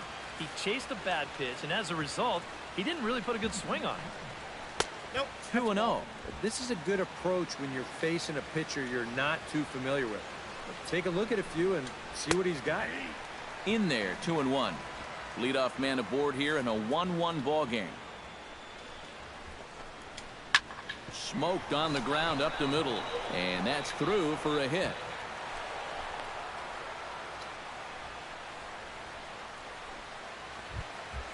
The batter. Now at the plate, Cameron Rupp. He'll try to follow up the double in his last at-bat with another big hit right here. Now time is called here as we'll get a trip to the mound. Marlins have some action in the bullpen now as a right-hander is up and throwing. First pitch of the at-bat. Here's the ball hit high in the air and fairly deep toward the right field corner. Stanton is back, and he reaches up to put it away for a long out number 1. And he'll move up to third now. Runners at the corners here with 1 away. Vince Velasquez will get a shot now in an RBI spot, so a chance to help his own cause here. And he's got a hit in the game already, so he can handle the bat at least a little bit. And the runner is out at the plate as they cut him down trying to score. The right fielder, number 5. David Lowe gets a shot here with 2 on and 2 out here in the 4th. And a big 2-out at-bat right here. You know, it's still early in this. Hold on now. That ball is down and could score a run. What is wrong? And he's going to score with ease as the throw will be too late. J.P. Crawford will stand in again. He's flown out in each of his first 2 plate appearances thus far. Yeah, and he just needs to make a small adjustment and stay through the... And we'll have to leave it there as the play is made here to end the... Christian Yelich is set to lead us off in the home half of the 4th inning. And right here is an important time for them to climb back into this one. They definitely want to even this one up sooner rather than later. First offering to him stays upstairs. It's a ball and no strike.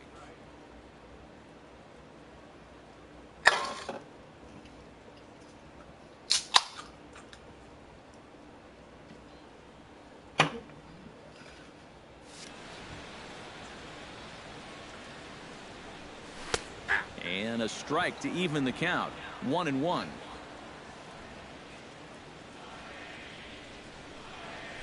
Gets on top of one here and chops it foul right at home plate. Looking for the strikeout. Here's the 1-2. A little low. It's 2-2.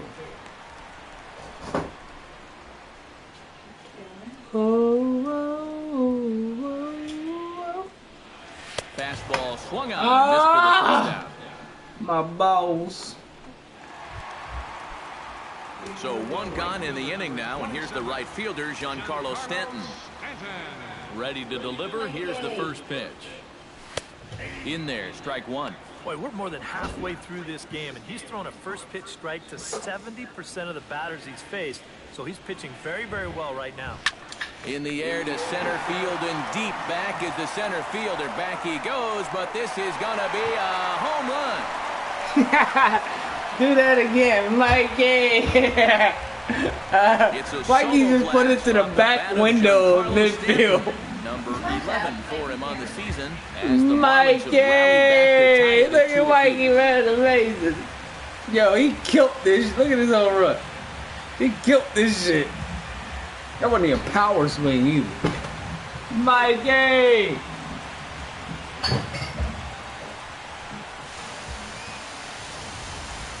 But I want you to check out the location of where this pitch is in the strike zone. It's up and it's right down the middle. I mean, maybe you can get away with that to a 220 hitting backup catcher, but not to a guy like this. Uh-oh, now you got Bohr to deal with. Stepping in now, Justin Bohr. As he will take strike 1 on the fastball here, no balls and a strike.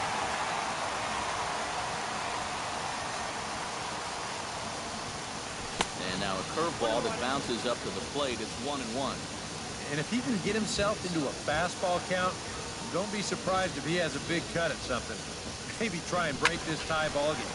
Drilled to first. And he'll take this to the bag himself, and there are 2 away now.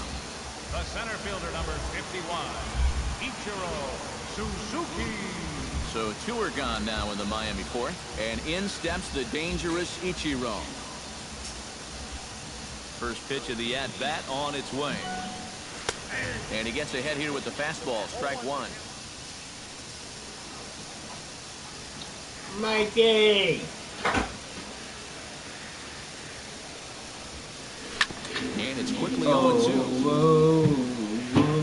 2 runs, 3 hits, and no errors in the game for the Marlins.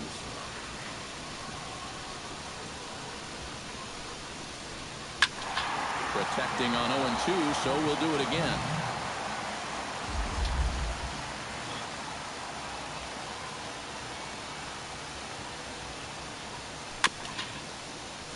Out in front of that one, may have been looking fastball. Good job just to make contact. The windup and the 0-2 pitch. And now a slider in on the hands, and he's lucky that one didn't come and get him. Oh, and even though that's not intentional, as a hitter, you still hate to see that ball up around your eyes. To 2 balls and 2 strikes now. And this is where he gets so tough. He's seen everything you've got, but you've still got to make one more good pitch to get him out. Now a check swing, and he went around, says the home plate umpire. Pretty forceful about it, too. And the inning is over. One for the Marlins on the solo shot. We played 4, and we're deadlocked now at 2 apiece.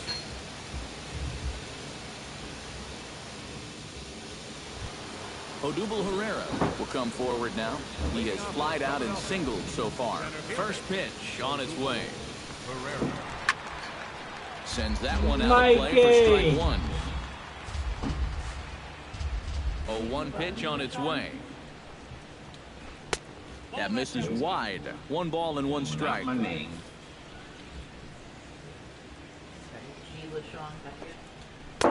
And he'll take a look at a strike on the inside corner. It's 1-2.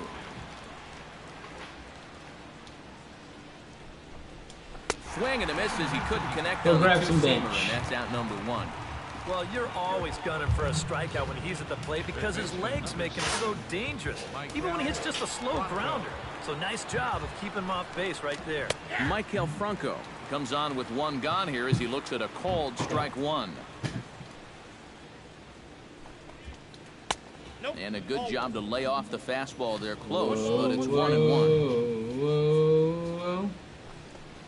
Here's one hit softly down the line in left, but this is a foul ball. Set to deal on a ball and 2 strikes. And he lays off a pitch outside as they draw even at 2-2. And I think that's what they were trying to set him up for. Going with that changeup down in the zone on a 1-2 count. Very difficult to react to, but he did a great job of holding back.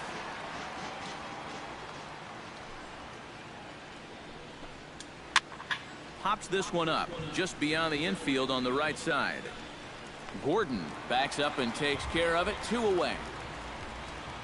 And as a defender, these are the kind of pitchers you like to play behind. Someone who pitches to contact, keeps the defense involved, and he gets an easy pop-up right here. Ryan Howard is in for the 3rd time here as he watches one that misses low. It's a ball and no strikes. He's working into his 5th inning out of the bullpen, so he's likely well beyond what was expected of him. And that finds its way through for a base hit. Cody Ashe digs in, coming off a single in his last at-bat. He's set. Here it comes. Swing, line drive. That's going to be trouble. Howard being waved around third, heading for home. And they will tag him out at the plate. And that'll keep our ball game tied up as the inning is over. 1 left for Philadelphia. Slow ass nigga, you think you gonna run over me? You slow ass. You ain't running over me. You sucker. Martin Prado comes to the plate as we get started here in the bottom of the 5th. Martin Prado. Here's the first pitch to him. High and away on the first pitch fastball there. It's ball 1. The pitch count there. 1 pitch into his 5th inning of work. Not much of a concern, I wouldn't imagine. Yeah, it shouldn't be. He hasn't had any really taxed innings, so he should be fine for the time being. Now batting.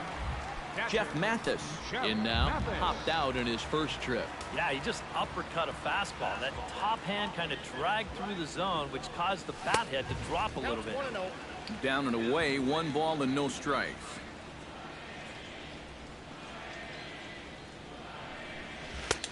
Swing and a miss, 1-1. Yeah, just really jumping out at that last pitch. He had him thinking fastball, maybe even slider. In the air out toward right field. Low is there, 2 down. Now batting. Shortstop. At the plate, Adeiny Echeverria. He'll look to bounce back after striking out his last time up. Well, at the very least, he went down hacking. Striking out is one of the many frustrations that go along with hitting, and you have to accept that it's going to happen sometime. Into his windup, here comes the 1-0. Now a swing, and the barrel of the bat breaks in 2 that time. Foul. Ready with the 1-1 pitch. And he comes up empty there on a pitch in the dirt and falls behind now 1-2. Yeah, and it's tough enough to hit 95+ mile-an-hour fastballs. That curve gives you something else to think about altogether. And it's to 2-2 now with the bases empty and 2 gone here in the inning. Don't quite know where that one missed, but it's not for me to decide. 3-2.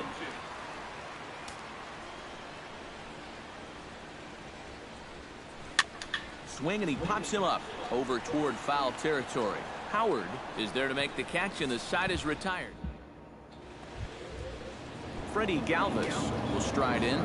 Popped out and singled in his 2 trips. Into the windup and the pitch. And that one's in on the hands to start the inning. It's ball 1. Well hit the other way, and it's into the gap. He's done. He's around first on his way to second now. And he's in there safely. He's got a double.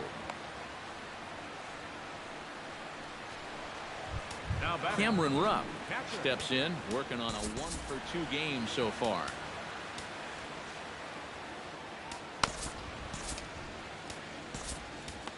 David Phelps will take over on the mound now here in the 6th inning.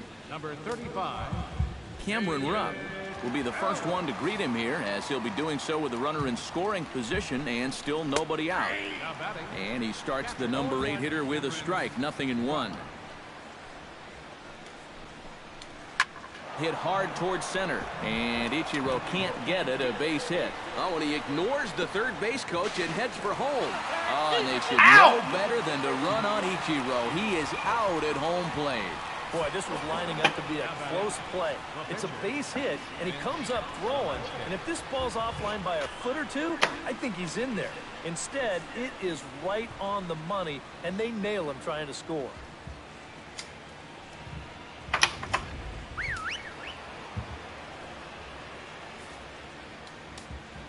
Into the box, Vince Velasquez. And they'll try and play for 1 here as he gets this one down. Throw gets him, 2 down.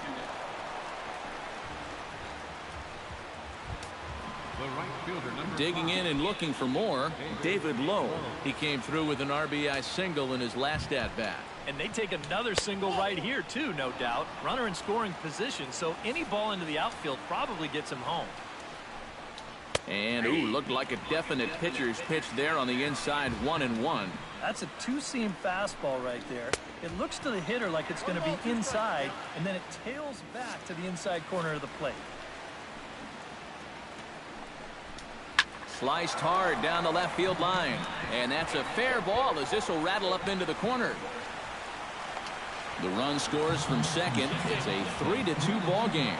And he's safe. J.P. Crawford will stand in. One of the few guys not to join the hit parade so far. Yeah, guys, he's got to be feeling a little bit like that dog that gets left out in the rain while the rest of the family's inside by the fire. I guess he's just not seeing what everyone else is. Smoke toward the hole. And that'll get on through into right field for a base hit. And they're going to hold that runner at third base, as even with 2 away, they didn't like their chances there. Now time is called here as we'll get a trip to the mound.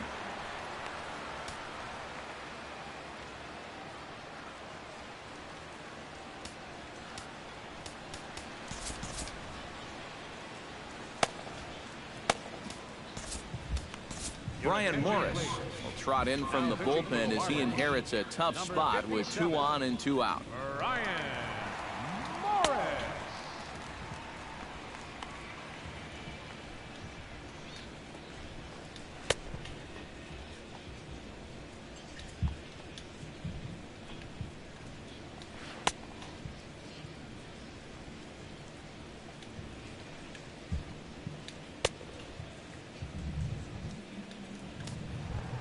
Odubel Herrera strides in now, and we'll see if he can come through with 2 on and 2 out here in the 6th. Well, there's still a lot of this game left, but it is starting to get late. This is a big opportunity that they don't want to let slip away. Now a swing and a fly ball. Yelich on the move. He makes the play, and that'll end the inning.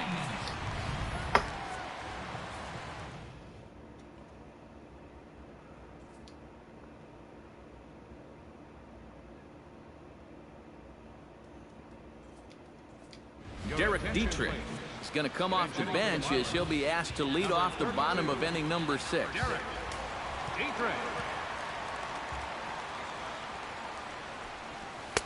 And he lays off there 1-0. Now some movement out in the Phillies bullpen as a lefty and a right-hander start to loosen. This one's a strike. It's 1-1. Yeah, and it seems like you kind of got away from that pitch here in the last few innings. You got to think about bringing that one right back. Sent on the ground out to second. Galvis has it. A quick out number 1. The batter, number 9, second baseman, D. Gordon will try it again. 0 for 2 with a fly out and a ground ball thus far. Well, guys, if you split the difference between the fly ball and the grounder he's put in play, you've got a nice line drive. So maybe we'll witness that right here. The 0-1 delivery. Pitch swung on and hit in the air. Herrera on the run. He gets there and makes a fine running play for the second out. So this has been another fine outing for him this afternoon as we check out the league leaders in ERA. Well, guys, he's one of the best in the league in that department right now. Opposing batters have not been having a lot of fun against him. Pretty intimidating when you're facing a guy with an ERA like he's carrying around. Look out, 2-0 now. A lot of balls down in the zone in the last inning or so. And I think that's in response to getting bit by those 2 home run balls. He might be a little leery of challenging guys right now, and I don't blame him. Keep it down there. That's lifted the other way out to left. Moving under it, Ashe. And that's the third out. Nothing across here this half. We're through 6 full.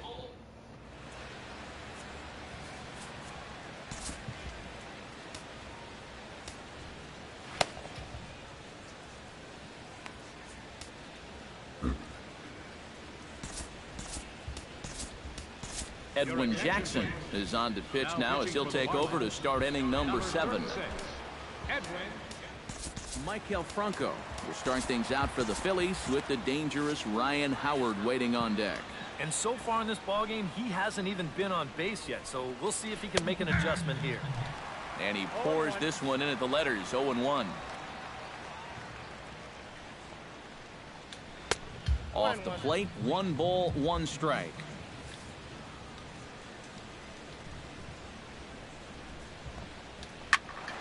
And he'll fall behind now to 1-2.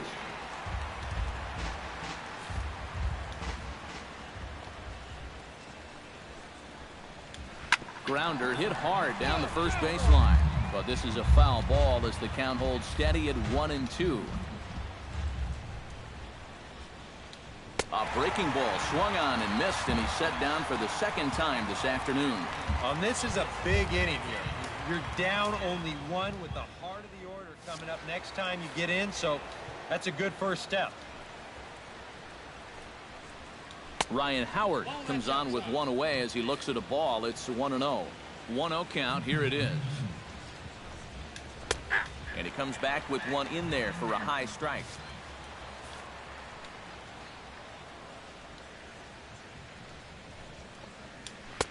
Fastball close, but he didn't get it. 2-1.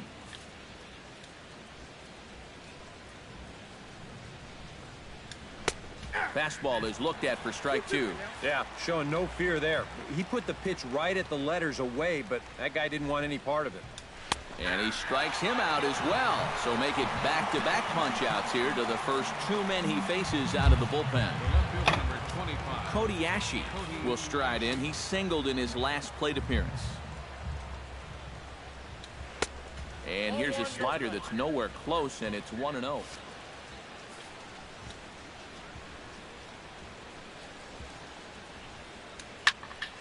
That one's going to find the seats. Strike 1.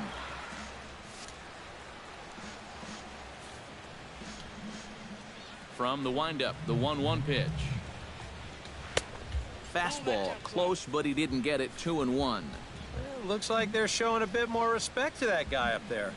And that's what a 3-for-3 ball game will do for you. He's fallen behind now. 3-1.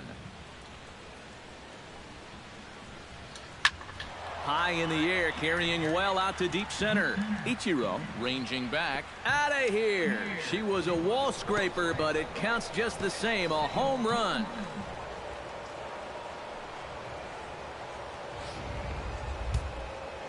Kobayashi with a solo home run. And it's given the Phillies a 4-2 lead.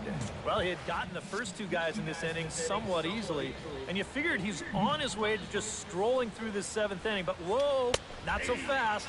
He falls right back down to earth by serving this one up right here. And a fastball way off target here, and it's even at 1. This is hit the other way out toward left field. Yelich has it in his tracks, and that ends the inning. Ladies and gentlemen, one for the Phillies on the homer from Kobayashi. Get up and stretch. Home half of the 7th coming up, and Philadelphia's taken a 4-2 lead. Leading off the inning, Giancarlo Stanton, as they'll look to get something going here and even this game up. Well, you know, he's been on base twice in this one already, so let's see if he can do it again.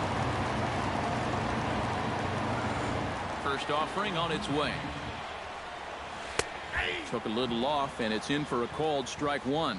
Well, this guy has done a pretty good job of being effectively wild. He's only thrown first pitch strikes to about 60% of the batters he's faced, but look at where he's sitting right now. Excellent. And that's a base hit, so the pressure's on to open up the inning. Justin Bour will stand in here hoping to duplicate what he did back in the 2nd inning as we flash you back to take another look at his solo home run that helped get this offense rolling.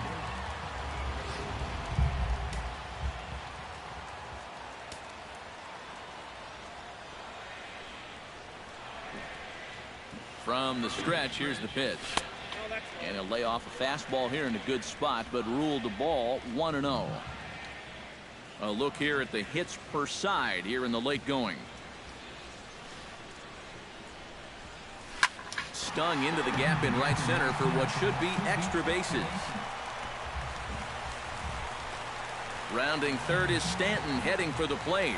And a relay to the plate, but not in time as the run scores and the lead is trimmed to 1. Well, this is what happens when you allow that leadoff man to get on base. I thought they might hold him at third with nobody out, but he comes all the way around to score from first on the RBI double. Now the skipper's on his way out toward the home plate area, and I believe that means we're going to have a double switch here. Dalyer Hinojosa will come on now as he'll take over in inning number 7. Here's Ichiro now. Now it's ball popped high in the air over toward foul ground. And he's retired 1 away. Well, this is certainly not a situation where you'd expect a guy to be bunting, but you're hoping he can give you a little more than a pop. That hurts in a spot like this. And he'll start him with a high strike here on the fastball on the outside corner. It's 0-1.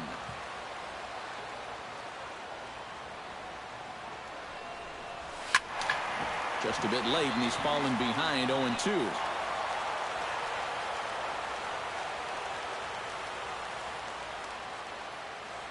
Has to be thinking strikeout here. And a swing and a miss there on a late breaking slider as he set down on strikes for the 2nd time this afternoon. So stepping in, Jeff Mathis, as he'll look to bring home that tying run from second with a base hit into the outfield. Trying to hold the lead. And he'll power in a fastball that time at 94 for strike 1.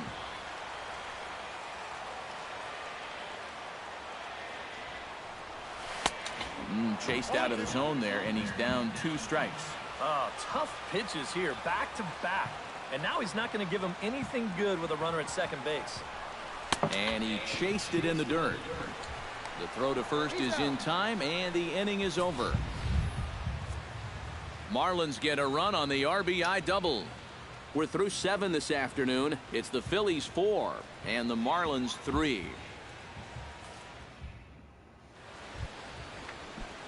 Leading off the inning, Cameron Rupp, as they'll look for some added insurance before the bottom half of the inning.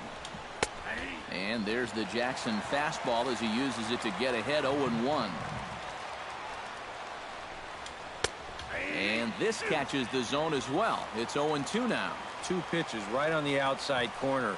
If he's going to keep looking at him, they might as well just stay out there. Why not? Can't get him to chase. It's 1-2. Able to protect the plate with 2 strikes, and he'll see another one.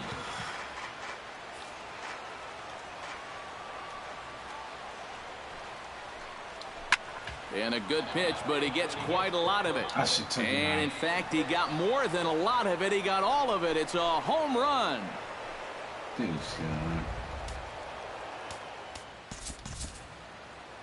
A solo shot here to left, and it's now 5-3. Jose Arena is on to work as he'll take over here in the 8th. Number 62, Jose Arena. Number 2 will be the first one to greet him as he'll start fresh here with the bases empty following the home run. Number 2. Behind on that one, now behind in the count, 0-1. 0-1 count and the pitch. And he lays off for ball 1.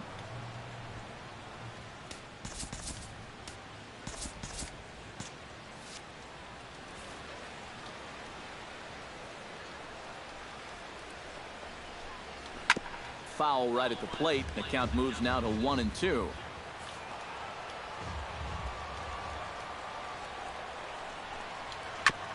Fought off at the plate, and we'll do it again. The 1-2 pitch. High in the air. Prado battles the sun a bit, but has it for out number 1. Now batting, David Lowe digs in with 1 run in and 1 gone in the inning. Now action in the bullpen as their closer starts to get loose out there. Hit hard to the right, but foul. On its way, the 0-1 pitch. Here's a fastball that crowds him a bit, and it's 1-1.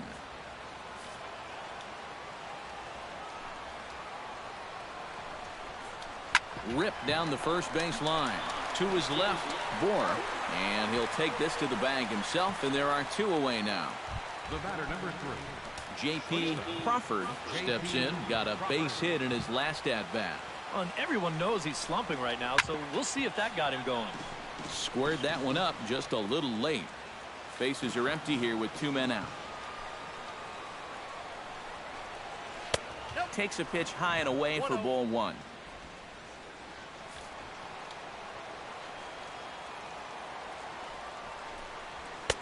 One and 2. This fastball is looking pretty lively right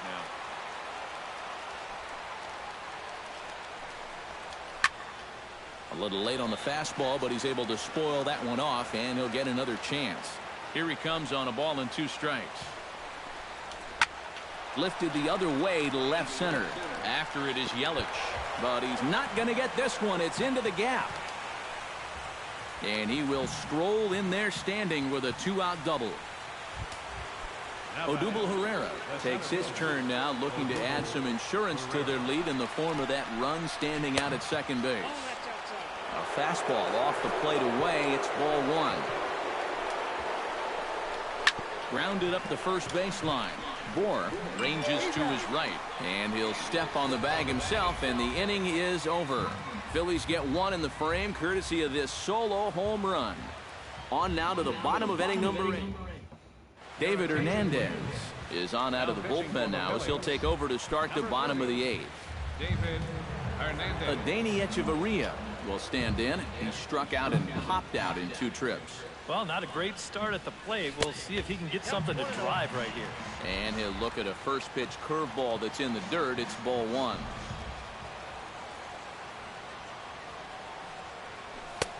First 2 pitches off the mark here. It's 2-0. You got to think one thing here. Get on base. A walk will do the trick. Here's the 2-0. Down low, and the plot thickens here. 3-0. And down by 2, you better believe they'll take a leadoff walk right here. Anything to get a base run. And that's over. 3-1. And at the plate, he might have been told, look, you're taken until you get a strike. It's not a bad idea. Comes back with a dandy of a curveball there, and it's a full count, 3-2. And this is taken here for ball 4. So the leadoff man's on base to kick off the home 8th. Now batting, the pitcher, Jose Urena. Marcell Ozuna will come on to pinch hit here in a big spot. Number 13, Marcell Ozuna. In there at the knees, strike 1.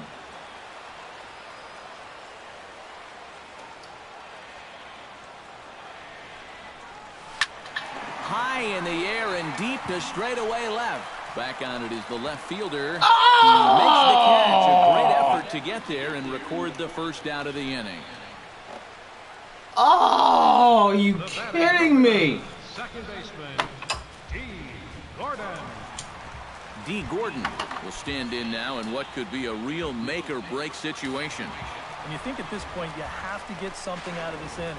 What the fuck was that? Bullpen, What was that? Claw back from this deficit.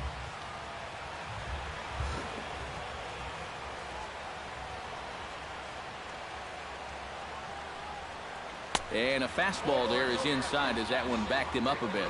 And if there's one thing base stealers don't like, it's when you throw at their legs. Now that's their meal ticket you're messing with.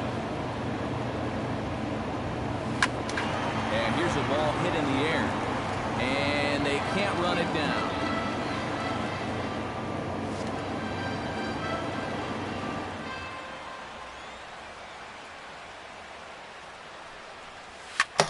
Pulled toward right center field. And that'll get down out there near the wall. Around second now, and they still haven't flagged this one down. And he'll make it into third here with a 2-out triple. Christian Yelich will get a chance now as he hopes to cash in following the 2-out triple. Well, the inning didn't look like it was going anywhere with those 2 quick outs, but then all of a sudden, now the pressure's on here with a runner down at third. Outside target here, and he hits it for strike 1. That thing's coming in there hot, 96 miles an hour. And this misses the outside corner, so it's knotted up at 1-1. Well, that's a good spot for that two-seam fastball. Now, remember, that'll run away from left-handers, so a good idea to work the outside edge. Way outside, nearly to the backstop, 2-1.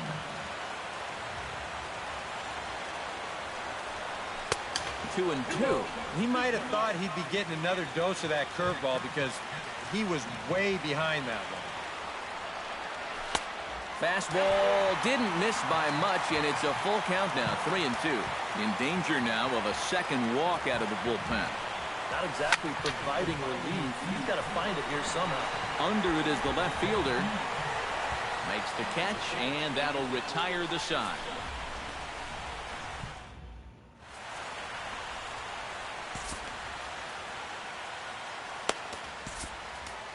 A.J. Ramos come on now to start the 9th inning as he looks to keep this deficit right where it is for the bottom of the 9th.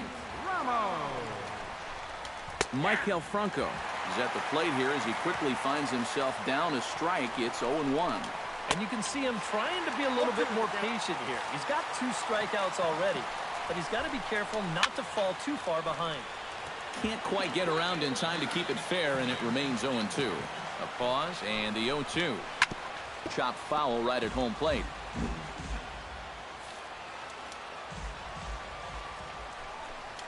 Swing and a little tapper, but that one rolls foul. The 0-2 delivery. Ground ball sent back up the middle. Echeverria dives. What a play. He beat it out. Oh, love the effort, though. Remarkable play just to stop that ball, but it's going to go into the books as a hit, and the leadoff man is aboard.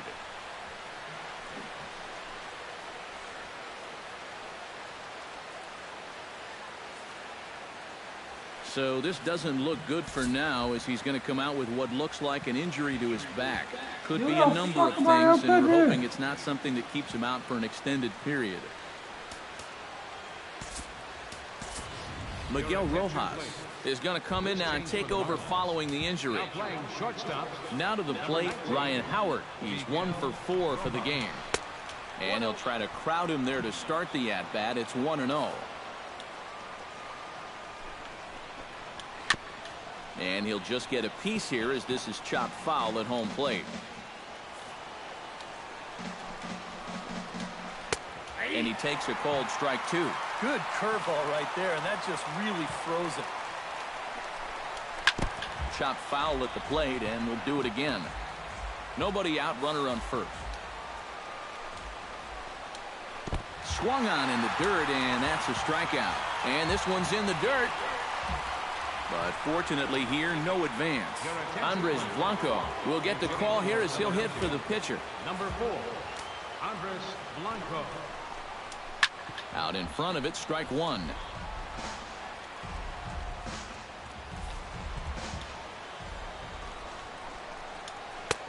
That's in there, and he's deep in the hole now, 0-2. Boy, he might be pressing his luck a little now.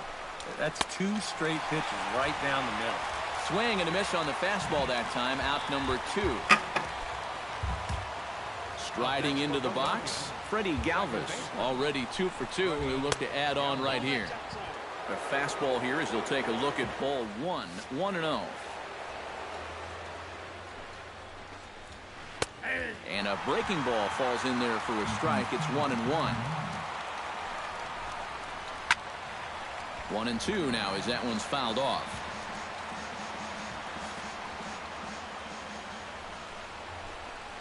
Got him swinging, and that will end the inning. Phillies strand 1 as they hang on to their 5-3 lead. Genmar Gomez is on now to try to close things down here in the 9th. Now some action in the Phillies bullpen as a right-hander begins to crank it up out there. Giancarlo Stanton stands in as he looks at ball 1 here. That's a pitch you really have to learn to take against a guy like this. Even if you make contact, you're just going to get something in on the label, so that's a great take. Around first, heading for second now.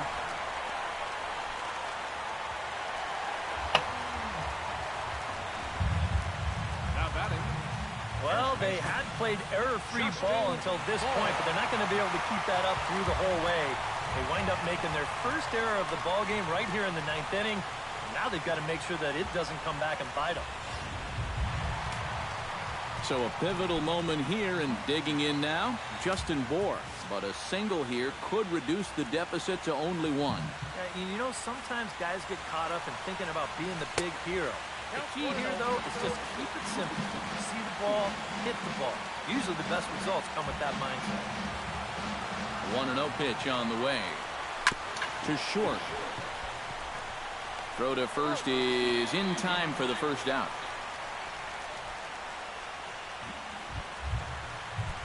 So coming to the plate, Ichiro Suzuki. Although there are a couple of bases open, and we'll see if they think about working around him. First pitch coming, here it is. In there, no balls and a strike.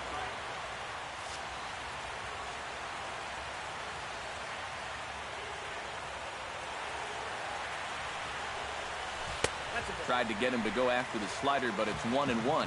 Yeah, and when that pitch starts off outside, it's much easier to get a better view of it and then just lay off. Very weakly on the ground. That goes foul. 2 strikes on him now.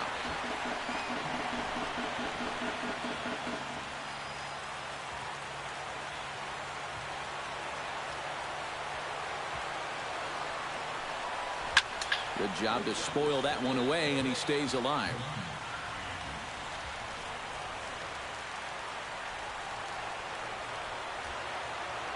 A ball and 2 strikes. Here it is.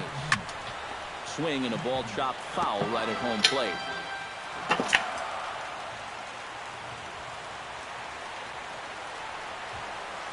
Right side, hit hard.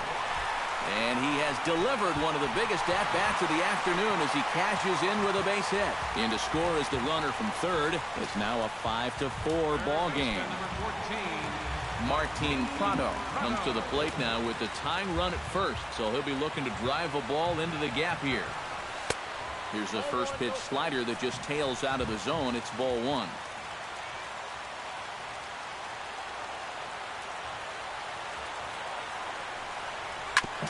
on the ground up the middle.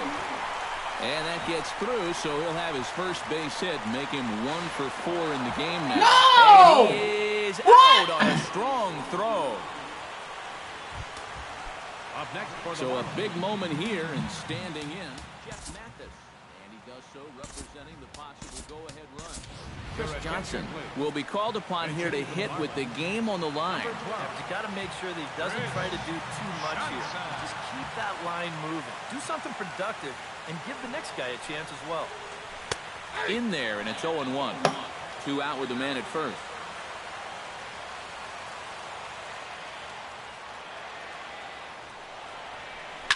Liner towards second. And that'll get down for a base hit.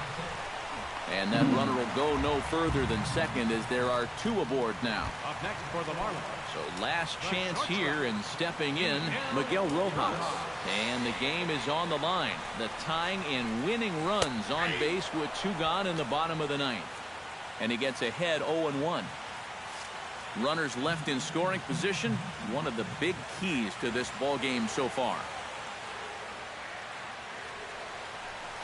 Down the third baseline. Franco has it. Throw in time, and the ball game is over. Fucking dickhead when a fucking ran for that base. Finish, that's for sure. He does surrender a run, but he also gets the final out here to pick up the save. Fuck, you were... Oh! A tight ball game all throughout. Winds up a slim 1-run victory in the end as we get you one final look at our line score. And fellas, as always, a few guys we could have chosen from, but out of everybody, that's the man who stands out in my book. He's our top player of the game. Well, he winds up with 3/4 of the cycle. Couldn't quite squeeze in the triple, but that's all right. Definitely did enough to earn himself the hardware.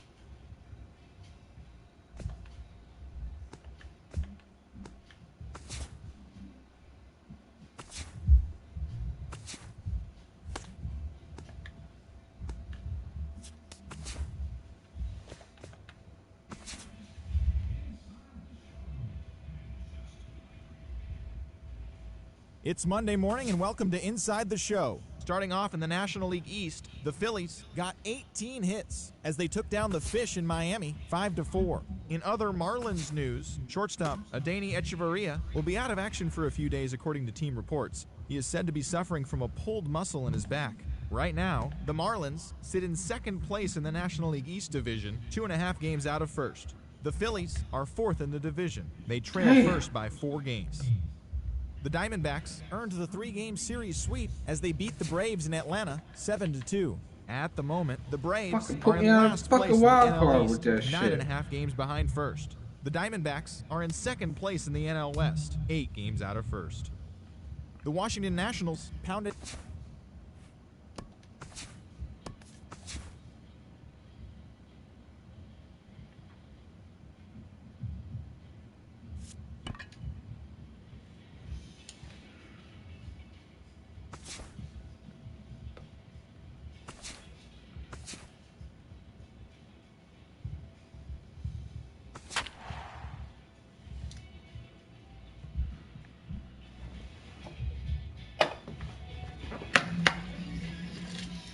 We right out with that shit.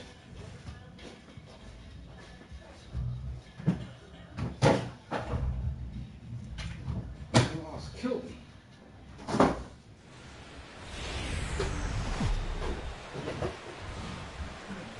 MLB The Show's coverage of Major League Baseball brings us to the great state of Florida and Marlins Park in Miami. Tonight, the opener of a 3-game series between the Milwaukee Brewers and the Miami Marlins. It'll be fun watching these two swing it all series long. First pitch is next. Jared Kozart will be on the mound for the series opener. EK, what's the word on him? Well, if we take a look here, left-handed hitters are hitting less than 250 against him. He's really been able to dominate them. Scooter Gennett strides forward, and we are set for baseball here this evening. Leading off tonight for Milwaukee, second baseman, number 2.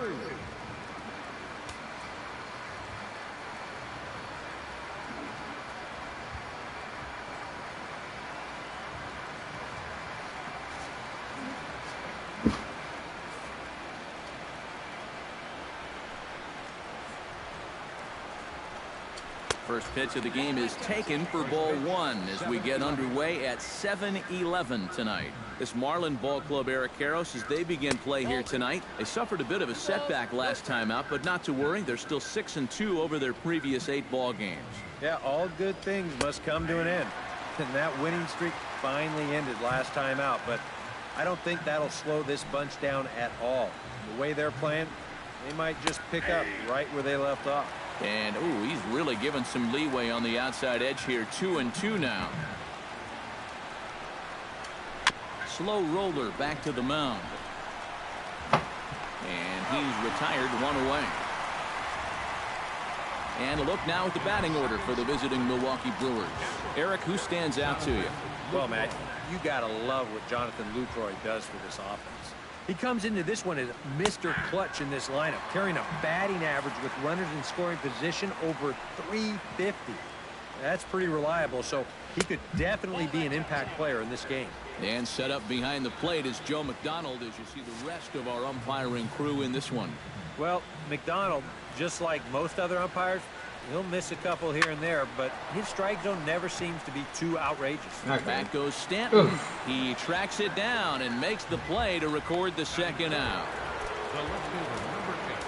Ryan Braun will get his first opportunity here, and that average is certainly not where he wants it, down in the 220s to begin the ball game. And he's coming off of that big 3-hit game in his last one. Kozart into the windup. Here's the 0-1. Swing and a little tapper. That winds up foul for the second strike. Just starting things out here in South Florida. Belted high and deep into right center. Back goes Ozuna, and just short of a home run, this ball's off the wall. And he will get there with the game's first hit, a 2-out double. Chris Carter will stand in. And as you can see, it's another early RBI opportunity for the National League leader in that category. Down and away, 1 ball and no strikes. All of a sudden, you got to be careful now with the cleanup guy up there with a runner in scoring position. He could be in danger of giving up that first run after all. And he takes a called strike 2. Oh, now there's a location you want right there. If that ball gets hit, you're just going to bang it into the ground all night long. Hit high in the air down the right field line. And nothing will come of the 2-out double as the inning is over. Danger averted following the 2-out double.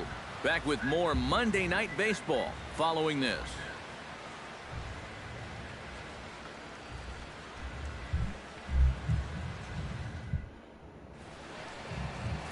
Willie Peralta gets the start for Milwaukee in this one. What do you have for us on him, EK? Yeah, Matty, he's had a number of starts. Finally won his first game in his last outing. He'll be looking to add to that total here. D. Gordon comes to the plate to lead things off here in the bottom half of the first. In there, strike 1.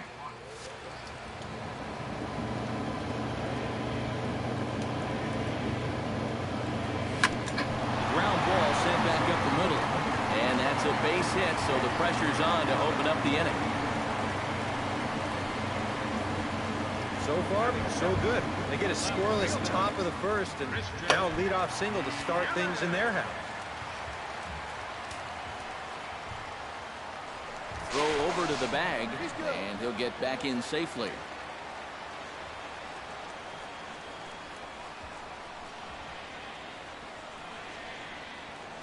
He's ready. Here's the first offering.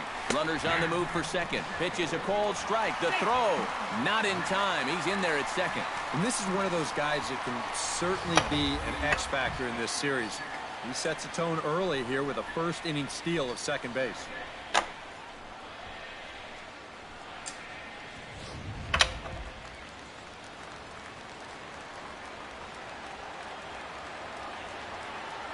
The 0-1 pitch.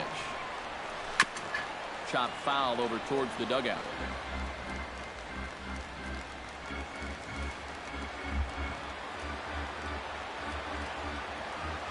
The 0-2 delivery. Swing and a miss on the slider, and that's out number 1. Time now for a glance at the Marlins lineup card in this one. What's the key for them to win this series opener, Steve? Well, they need to get on more. They're in the bottom third of the league in OBP, so they need to get runners on base so that they can at least try to put together some big innings. A fastball off the plate away. It's ball 1. And you know, all you have to do is point back to yesterday's ball game. This was part of their downfall, hitting with runners in scoring position. They just couldn't sustain any kind of offense. So this would be a big boost if he could turn the tide a little bit here and come through big.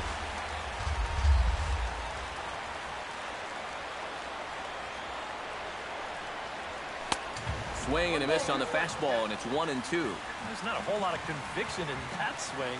It was almost like an afterthought, like an emergency hat. And a swing and a miss as they caught him reaching that time, and there are 2 away. With a moment now, let's take a look at the Brewers defensively. It's brought to us by Majestic. EK, what do you got?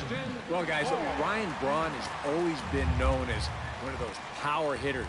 He's also got a power arm and can cover some ground in that outfield.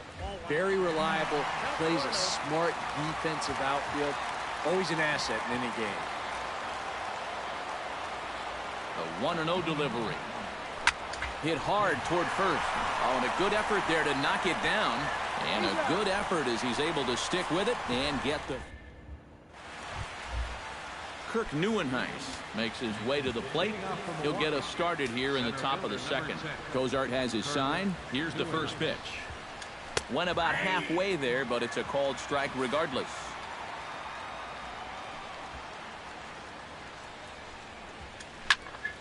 And it's quickly 0-2.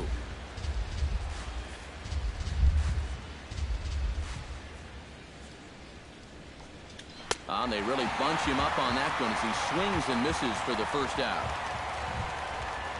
In now, Domingo Santana, as he'll get his first opportunity in this one.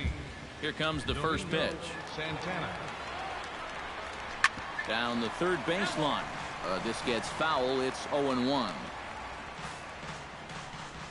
0-1 pitch on its way.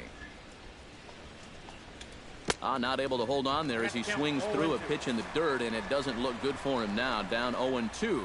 You figure that curveball is going to be an important pitch for him going forward. Yeah, I think it might even tell the story of how well he fares here tonight, because he's going to need to mix his speeds against a lineup like this. And once they start sitting on pitches, it could be trouble.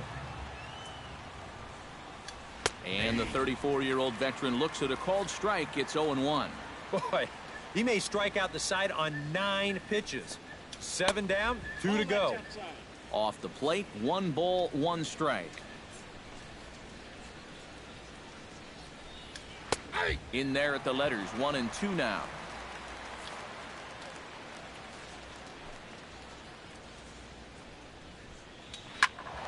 A little late on the fastball, but he's able to spoil that one off, and he'll get another chance.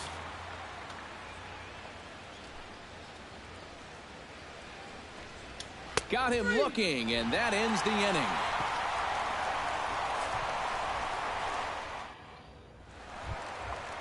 Marcell Ozuna will stride in now, back in the lineup after being limited to pinch hit duties in yesterday's ball game. Fastball that gets the inside corner, strike 1. Yeah, a little surprising he didn't offer it that one. That was a dangerous spot for a good fastball hitter. Now a swing and a fly ball. Santana sprinting after it, but no chance to run it down. It's a foul ball. Hit hard down the line, but a foul ball, and the count holds at 0-2.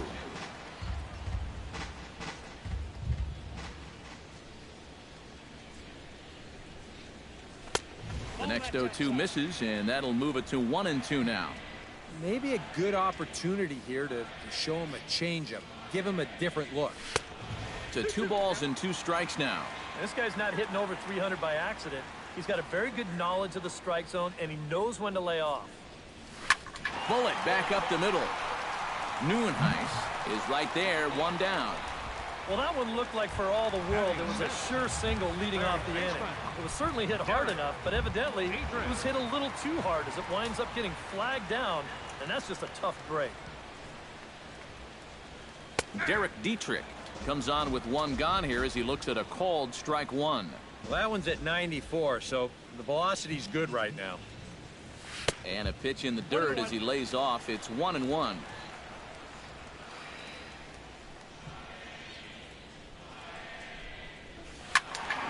And he'll fall behind now to 1-2. Bottom of the second here with no score.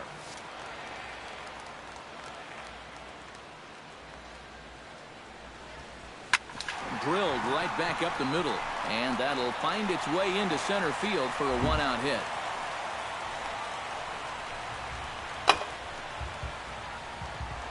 JT Realmuto will get his first shot down, and he's seen that average climb a bit here recently thanks to what he's done over the course of these last 5 ball games. First pitch fastball off the plate there, and it's ball 1.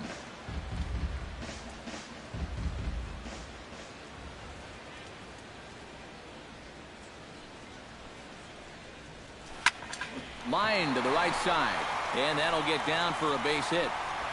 And that runner will go no further than second as there are 2 aboard now. Coming to the plate now, Miguel Rojas. And he could give his guys an early lead if he can come through here. Oh, and it's so important to take advantage of these kind of opportunities early in a ball game. It can change the entire complexion of the game if you can put the other guys on their heels right away.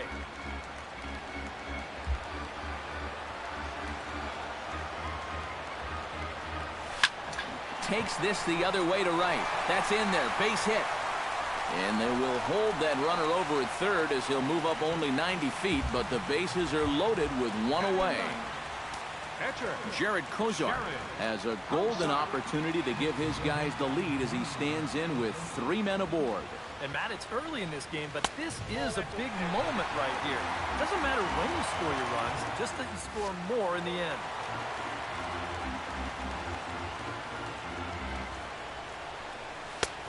sneaks a fastball by him at the letters. It's 1-1. And when he's in a jam, he's going to reach back for a little something extra on that fastball. Boy, that's nice to have in reserve. And he pumps the fastball by him here. 1-2 now. Now with 2 strikes, he can put the ground ball on the back burner and really go after the strikeout here. And obviously a big spot here with the bases loaded, so he'll step out to rethink things.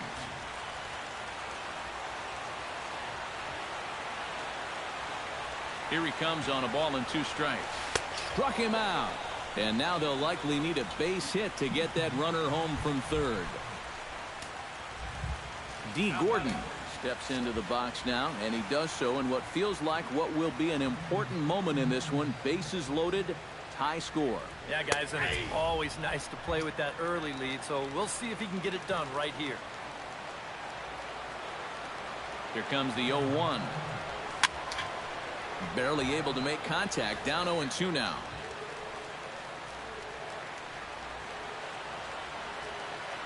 Has to be thinking strikeout here.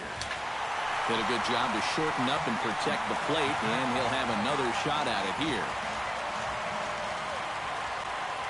0-2 count. Here's the pitch. Now this is on the ground to second. Is he going to get out of this? He is. They get the force at second base, and the Jonathan Villar will stand in now to lead things off, and he'll do so against a guy who's definitely in a groove out there. Yeah, he struck out the side his last time through, and they've got to do something to get this guy out of the role that he's been on. Too high that time with the inning's first pitch. It's ball 1. Fly ball out toward right field. 1 away here to begin the third.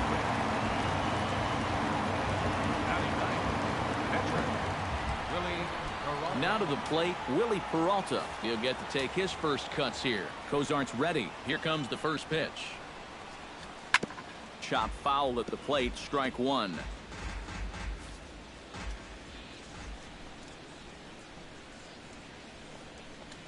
And I believe they'll say he broke the plane, as yes he did. It's ruled a strike.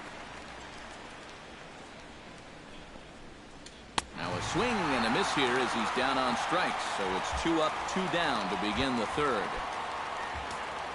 Scooter Gennett will get a second shot now. He grounded out to start the ball game. First pitch fastball off the plate there, and it's ball 1. You like what you've seen from this guy so far? I do. I like where he's putting the fastball, and I like the movement he's been getting on both his curveball and changeup. I think he'll do well. This now is hit to second. Does he have another 1-2-3 inning? He does. 7 in a row he's set down now as the side is retired. Gone in order are the Brewers. Home half of the third coming up. Christian Yelich digs into the box in the bottom of inning number 3. Fielder number 21, Christian Yelich. And he gets ahead here with the fastball, strike 1. Yeah, and I don't think I'd be in any big hurry to challenge this guy again. I'd see if I could make him go out of the zone, maybe chase a bad pitch. VR scoops it up. Throw to first is in time for the first out. So 1 out now for the Marlins in their half of the third, and set to stand in the ultra-dangerous Giancarlo Stanton. And here's a slider that runs inside that time, and that'll keep him from diving out over the plate. And if he can get himself into a fastball count, don't be surprised if he has a big cut at something. Maybe try and break this tie ball game. Swing and a miss, 1-1. Outside, 2-1. Yeah, after that last swing, I would have thought they'd go right back in, but that's actually not a bad location because I doubt he was looking for something out there.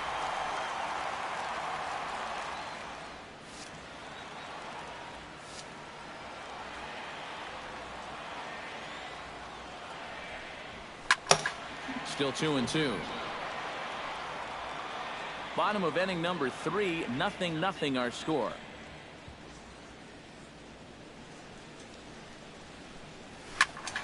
Another one sent foul.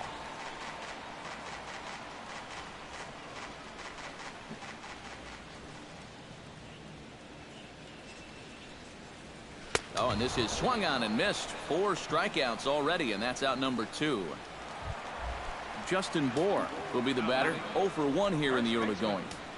Justin Bohr. You'll start him here with a changeup, but it's taken for ball 1.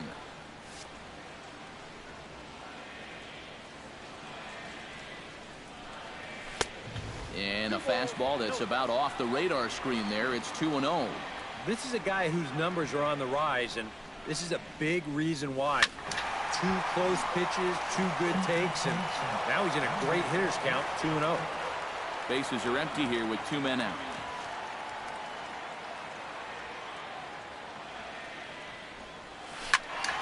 That's going to even up the count at 2-2.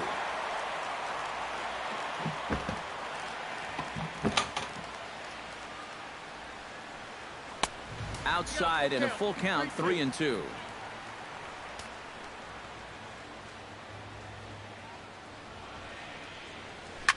Chop foul over towards the coaching box.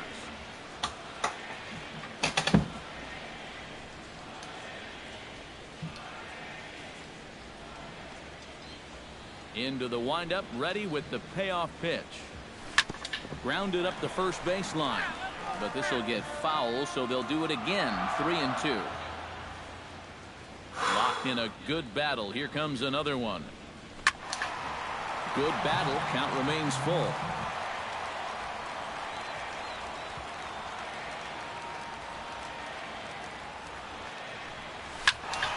Neither guy willing to give in, and the at-bat will continue. And now this will be the 10th pitch of the at-bat.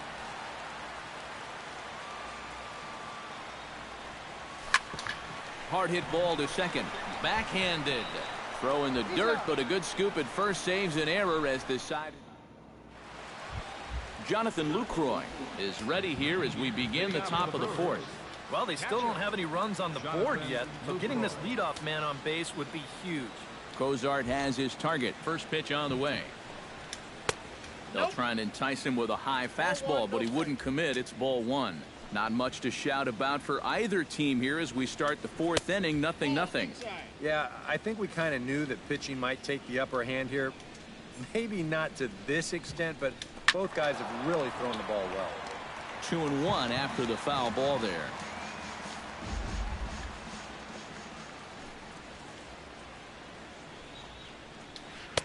2-2. 4 pitches. Fast, slow, fast, slow. EK, you thinking fastball here? It seems to fit the pattern, but you better not get too predictable out there. Guys will catch on quick. Set to deal on 2-2. And another foul ball.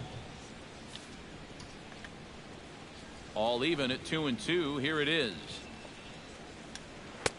Trying to nibble here, and he misses to run it full now. 3-2. Oh, I think you'd be real happy with a leadoff walk. Something just to get things started against this guy.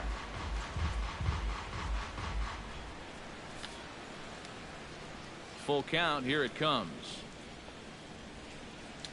Skied into straightaway right. Stanton has a read on it. He's got it 1 away. The left fielder, number 8. So the bases are empty with 1 man gone. And that'll bring forth the great slugging left fielder Ryan Braun. There's a good fastball on the outside corner as he'll take a look at strike 1. Well, this guy has thrown a first pitch strike to about 50% of the batters he's faced. He's pitching well, but those numbers could be pumped up a little bit. Throw gets him. 2 down.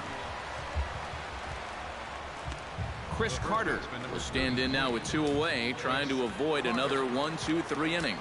Yeah, this has been total domination these past few innings. They haven't been able to mount any kind of threat whatsoever. And a high strike to begin the at-bat. It's 0-1. And that's inside off the plate with the fastball. It's 1-1. 2-1. Hitters count now. Here's the 2-1. Chop foul right at home plate. Into the windup. Here comes the 2-2 pitch. Strike 3 called as he can't get the bat off his shoulders. Side retired. 3 up, 3 down for Milwaukee. On to the bottom of the 4th now. Marcell Ozuna is set to lead us off in the home half of the 4th inning. Well, they still aren't even on the board yet, so this leadoff guy needs to get on so they can manufacture a run.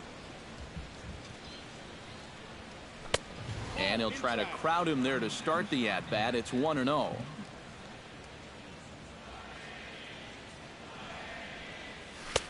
And 2-0 as this one's taken low. Yeah, he's looked at 2 close pitches. You get the feeling that this is the calm before the storm.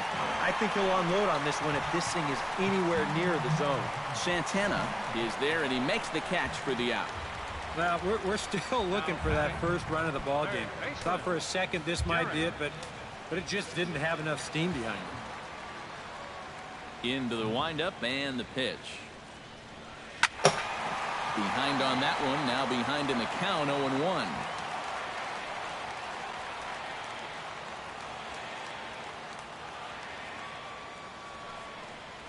And he'll try to hold back on the pitch inside, but he pretty clearly broke the plane that time. It's strike 2. A little bit off the outside. It's 1-2. A good high fastball. Maybe something to try and change the eye level there. And now I might anticipate another slider down in the zone, maybe even in the dirt. On to first, and a good stretch over there is going to get him by a step for the second out. Now batting, catcher JT Realmuto will dig in. He singled his first time around.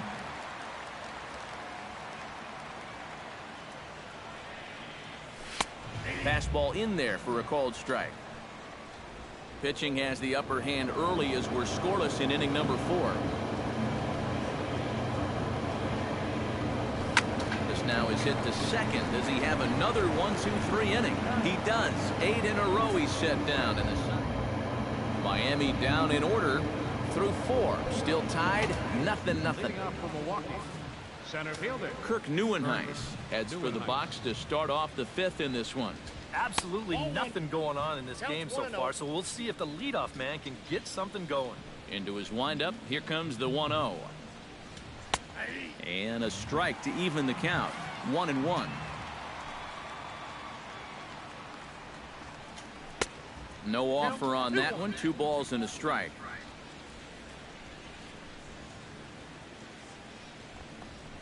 Fastball misses in the dirt as he tried to get him to chase the low one. Well, I think it's time to attack now because these guys haven't been in too many good hitters' counts.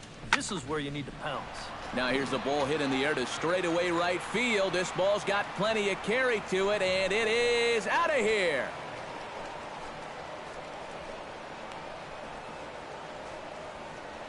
A solo shot here to straightaway right field. As the Brewers get on the board first, it's 1-0.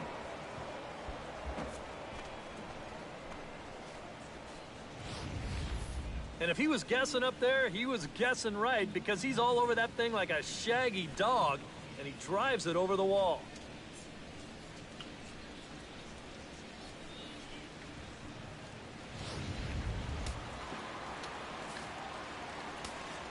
Stepping in now, Domingo Santana. As he'll take a look at a high strike that time, it's 0-1. 413 feet, the estimate on that last home run.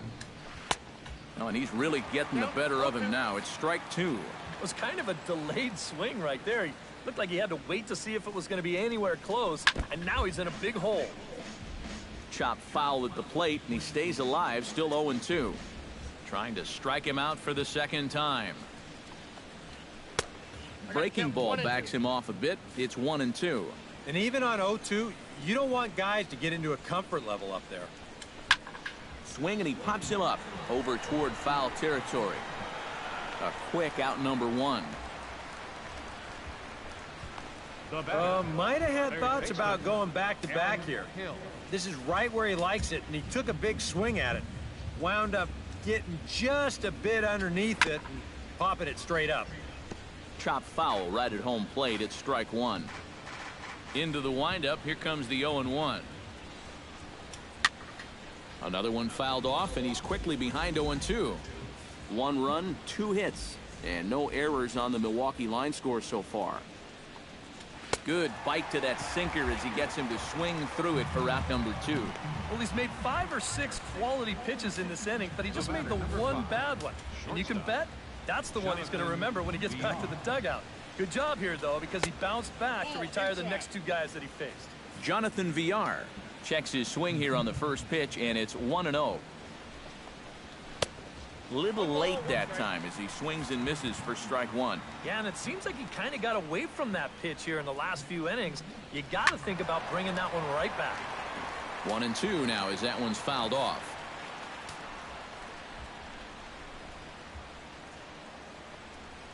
Look out. That one almost got away from him. 2-2 now.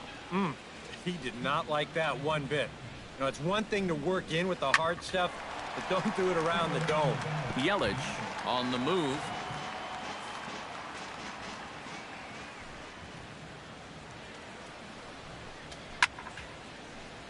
Good job to spoil that one away, and he stays alive. A 2-2 count. Here's the pitch. Throws him for strike 3, and that retires the side.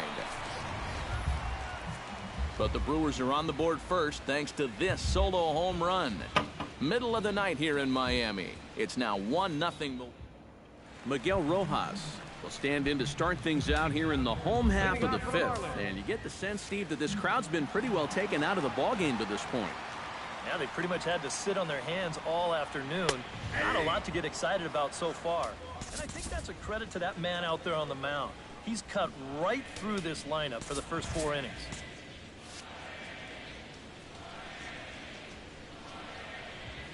And boy, big problems here to start this at-bat. It's 0-2 now.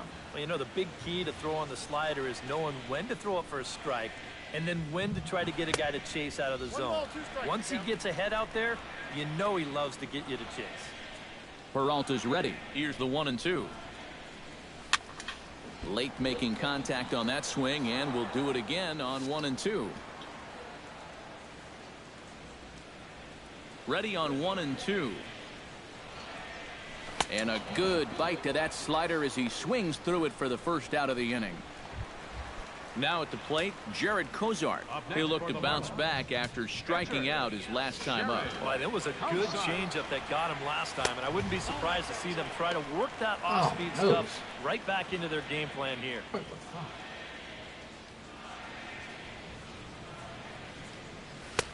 That's inside. 2-0. Well, you know, sometimes it's that natural tendency to let up just a little bit when you're facing the opposing pitcher. You know he's not going to do much damage, but you got to get refocused here because you do not want to go 3-0 to him. And the pitch on 2-1. Flipped out the other way towards short. A dive, but he can't get it. It's through into the outfield.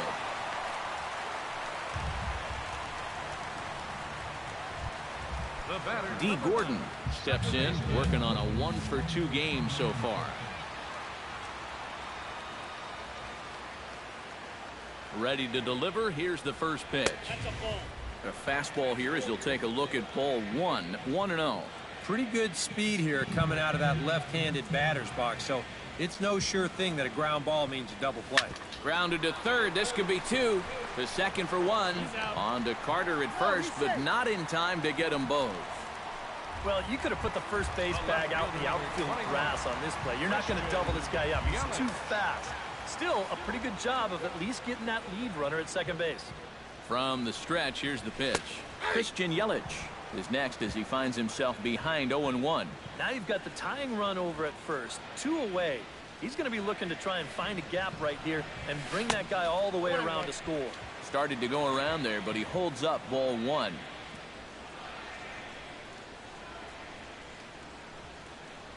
He's running towards second. Pitch inside. The throw. Low throw, and he can't handle the short hop.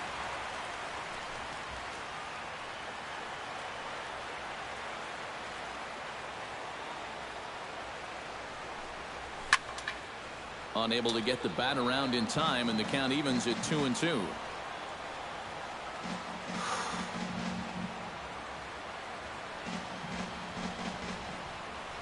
Off-speed pitch in the dirt as he takes it for a ball. Giancarlo Stanton would be next.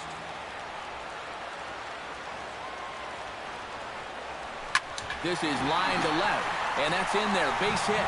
Oh, and he ignores the third base coach and heads for home. And he will be tagged out at the plate, so it remains. Willie Peralta gets the call to bat for himself with his guys up a run here in the 6th inning.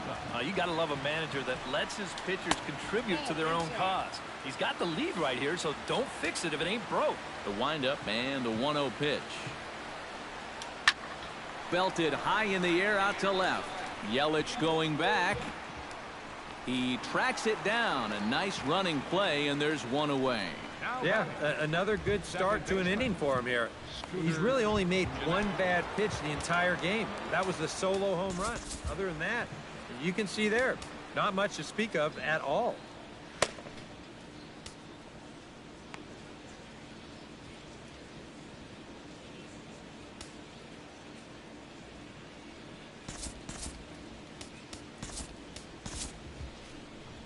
Now the Marlins skipper's up out of the dugout on his way to the mound, and it looks as though that's going to be all for his starter here tonight.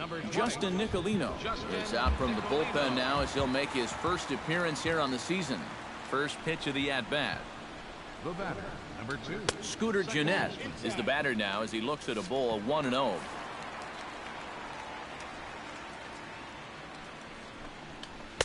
Now a fastball for a called strike. It's 1-1. Yeah, there's a good one right there, right over the top. And just fire that thing in there. Slapped hard the opposite way. A leaping try, but it's out of his reach and into the outfield.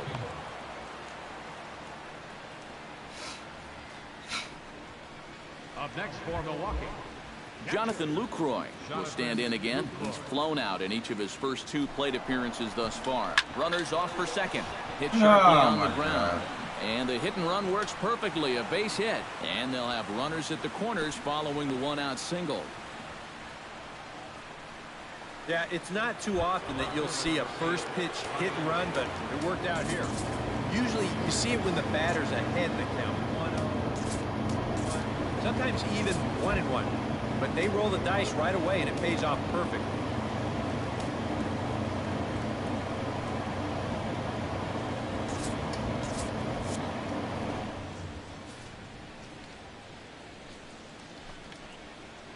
Ryan Braun is in for the 3rd time now as he takes a called strike. It's 0-1. Looking to keep this a 1-run game. A little quick on that swing, and he finds himself behind 0-2. And he wastes a fastball high there, 1-2. And not only was that way high, but you've got to be careful not to airmail one over your catcher's head. And he lays off a pitch outside as they draw even at 2-2. Chopped foul at the plate, and we'll do it again.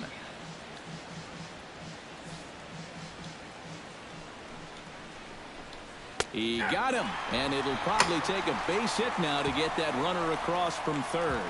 These guys really haven't had all that many great chances offensively. So, you know, they'd hate to see this threat go by the boards. Not a good time for a strikeout at all. In there, no balls and a strike. Tap foul at home plate.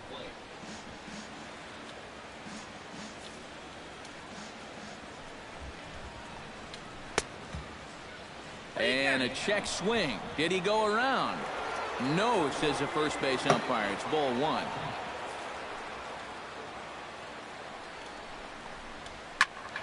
Squared that one up just a little late.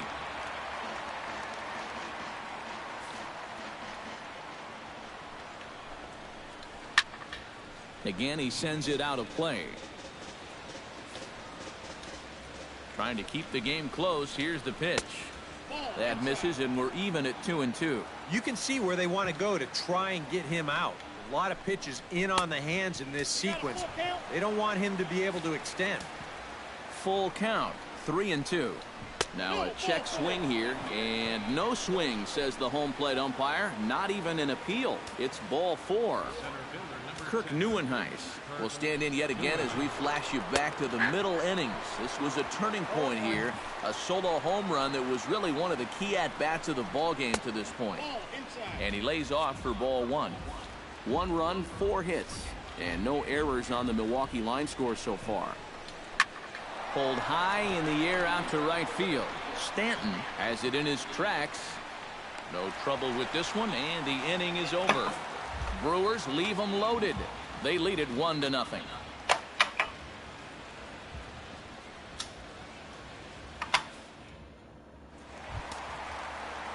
Giancarlo Stanton will stand in to lead things off as the Marlins look to get things started here in their half of the 6th.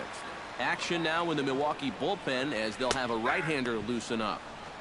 And he'll take strike 1 on the fastball, registering at 93 that time. And you know what, guys? I have been really impressed so far. Not only has he used his fastball well, but he's also spotted it well. I mean, that is perfect location right on the knees. Oh, he's tired. Trying to strike him out for the 3rd time. Oh, and he hung the slider here, and it's a towering drive out to deep left field. This ball is gone. A home run. You left that one out there. It's a solo blast off the bat of Giancarlo Stanton. 12 home runs for him now thus far. And with it, the Marlins are back even now at 1-1.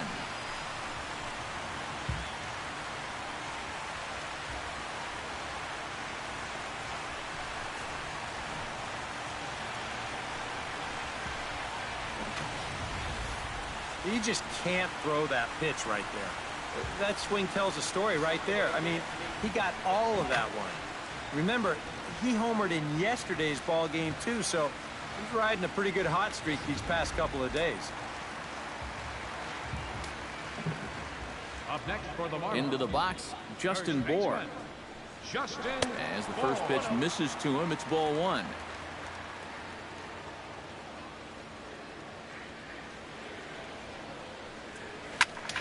That evens it up 1-1.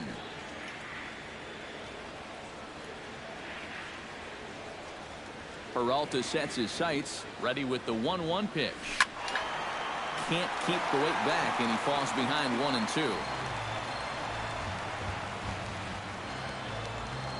The 1-2 pitch.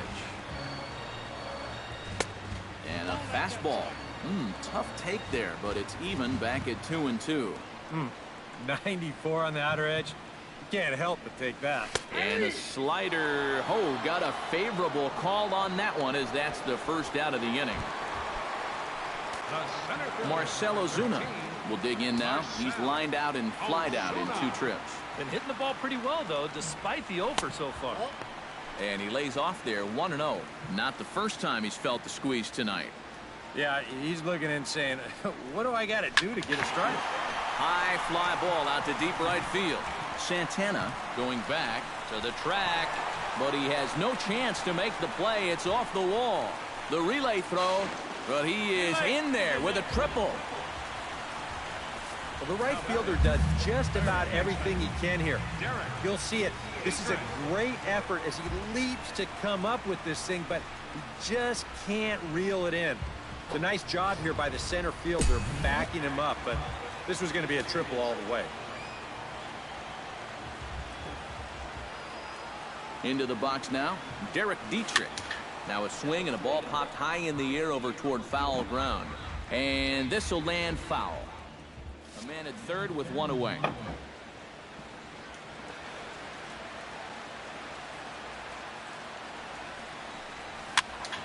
And he falls behind 0-2.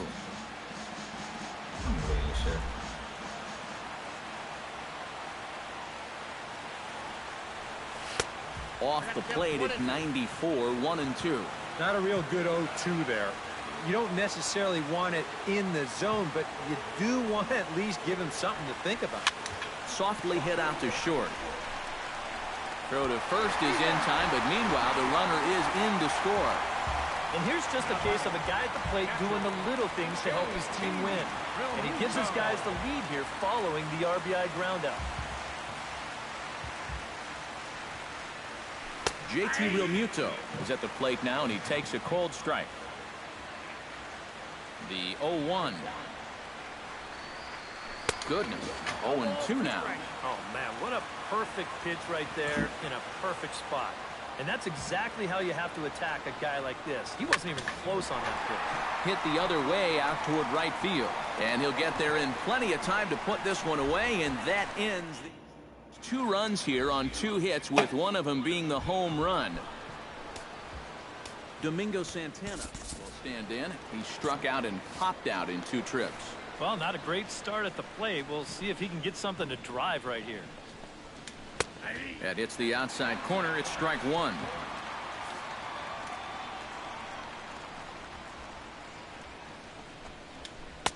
That misses wide. 1 ball and 1 strike.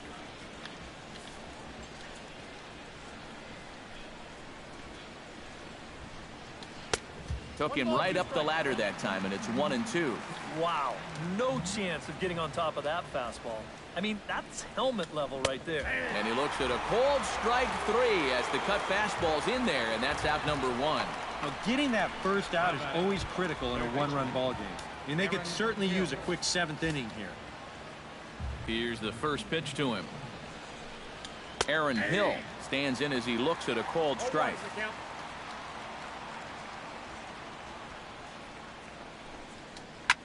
Smoked on the ground up the middle. A dive, but he can't get a glove on it. It's through for a base hit.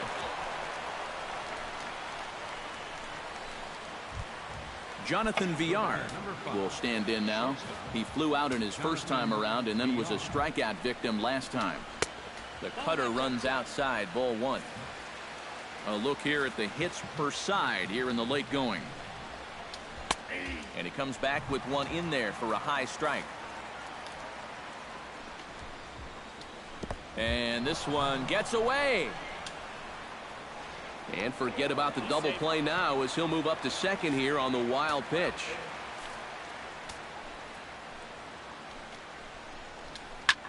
Swung on and lifted in the air to left center. Ozuna is there now, and he has it. 2 gone. Alex Presley will come on to pinch hit here in a big spot. Number 11, Alex Presley. There's the cut fastball, but it's low, 1-0. We're in the 7th inning now of a pitcher's duel. 2-1 our score. Hit out towards second. Throw to first in plenty of time, and the side is retired. Michael Blazek will get the ball now as he'll take over on the mound to start the home 7th. Miguel Rojas will stand in now. He singled and struck out in 2 trips. And he gets ahead with the curveball, strike 1. Not a bad idea to take a look at that one there. Now that you've seen the curveball, you can start to get a better gauge on it. Get a feel for what it looks like coming out of the pitcher's hand.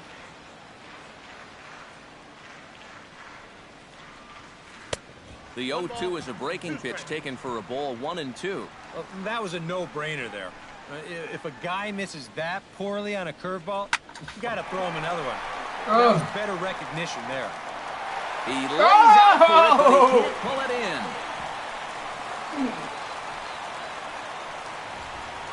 in. My man.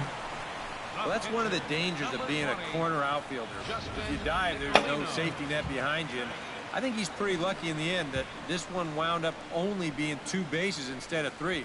Heck, could have even been 4.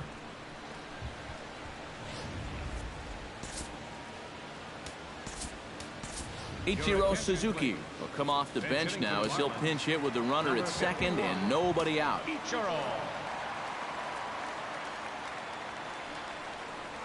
And the 42-year-old looks at a called strike to start the at-bat. It's 0-1. And this is a big spot here in this ball game. You've got to be able to move that guy up 90 feet. It's a must in this situation. Now a curveball, but he might have flown open a bit. It's 1-1. Here's the 1-1. And this is hit hard up the middle. And reined in, 1 away. D. Gordon takes his turn now, looking to add some insurance to their lead in the form of that run standing out at second base. Yeah, a base hit right through the infield would probably do it, but you can bet those guys in the outfield are going to be coming up gunning if they get any chance at all. In time to first, and there are 2 away. The left fielder, number 21. Christian Yelich gets another crack right here. He's got a hit in 3 tries to this point. First pitch is a curveball that's inside, 1-0.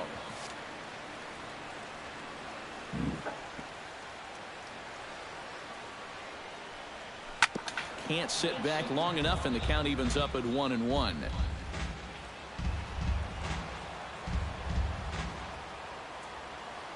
One and one, here it comes.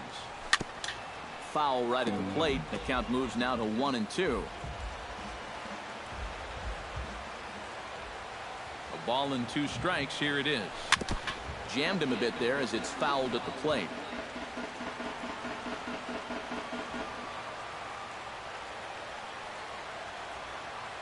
A ball and 2 strikes. Here's the pitch.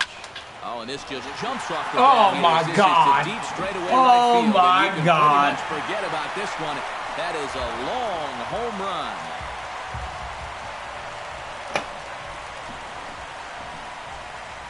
A 2-run blast to straightaway right field as the Marlins have opened up a 4-1 lead.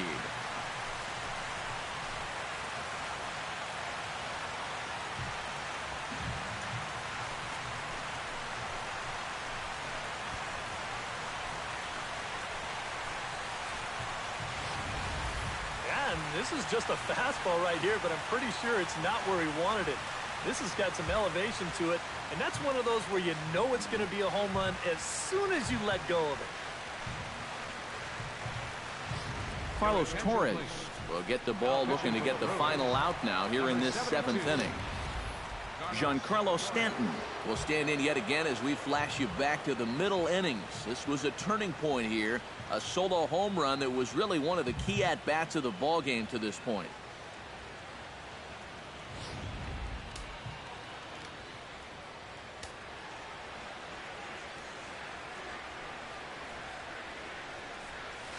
Couldn't hold up on the curveball there as he went around for strike 1.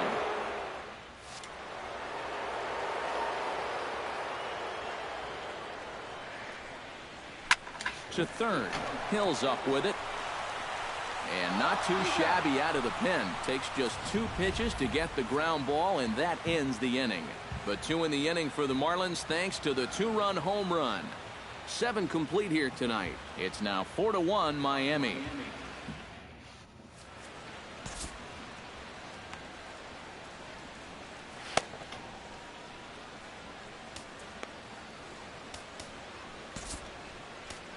Brian Morris will be summoned from the bullpen now as he'll take over to start inning number 8.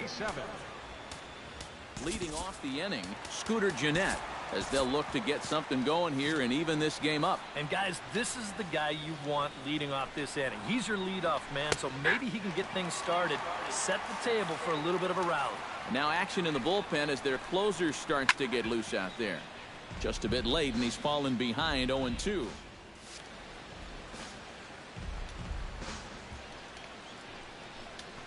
Swing and a ball hit softly on the ground. Throw on to first in time, so the leadoff man is set down to open up inning number 8. Now batting. Digging in and looking for more, Jonathan Lucroy. He singled his last time up. First pitch is a cutter looked at, 0-1. And time's getting short here. You don't want to have to face that closer in the 9th inning needing 3 runs. They need to cut that gap down somehow.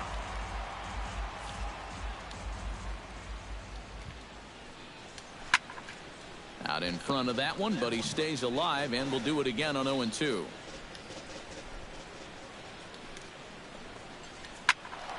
Protecting on 0-2, so we'll do it again. Set to deliver on 0-2. Here it comes. Down and away. It's a ball and 2 strikes. High fly ball out to straightaway center. Ozuna is under it. And he brings it in for the 2nd out of the inning. The left fielder, number 8. Ryan Braun will stand in now with 2 away, needing to really get something started here. and their chances of getting back into this ball game are growing dimmer by the batter. And that's up and in for ball one. And he falls behind now, 2-0. And on 2-0, this is where he's the most dangerous up there. I know it's a fastball count, but I would maybe think about something else. Now a cut fastball finds the target, 2-1. Oh, and not an easy pitch to lay off of, but he did somehow, and he's got it to 3-1. And like most guys, the further ahead in the count he gets, the more dangerous he becomes. He's going to lock in on one pitch, one zone, and he'll hurt you if he guesses right. Chris Carter will stand in now in what could be a real make-or-break situation. And you think at this point you have to get something out of this inning. The further you get into that bullpen, the tougher it's going to be to claw back from this deficit. Off the plate and in, hits a ball and a strike. Now a ball slapped hard the opposite way, and that will fall in front of Stanton. It's a base hit. Kirk Neuenhuis will step in now in a big spot here with runners on. And keep in mind, he's got a home run here already. If he gets a hold of another one, he could tie up this ball game. To first, he's got it.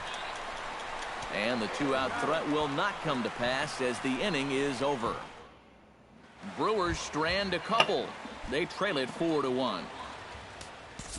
Justin Bohr will stand in, one of the few guys not to join the hit parade so far. Yeah, guys, he's got to be feeling a little bit like that dog that gets left out in the rain while the rest of the family's inside by the fire. I guess he's just not seeing what everyone else is. Oh, and he looks like he's swinging a garden hose out there as this is cut on and missed for strike one.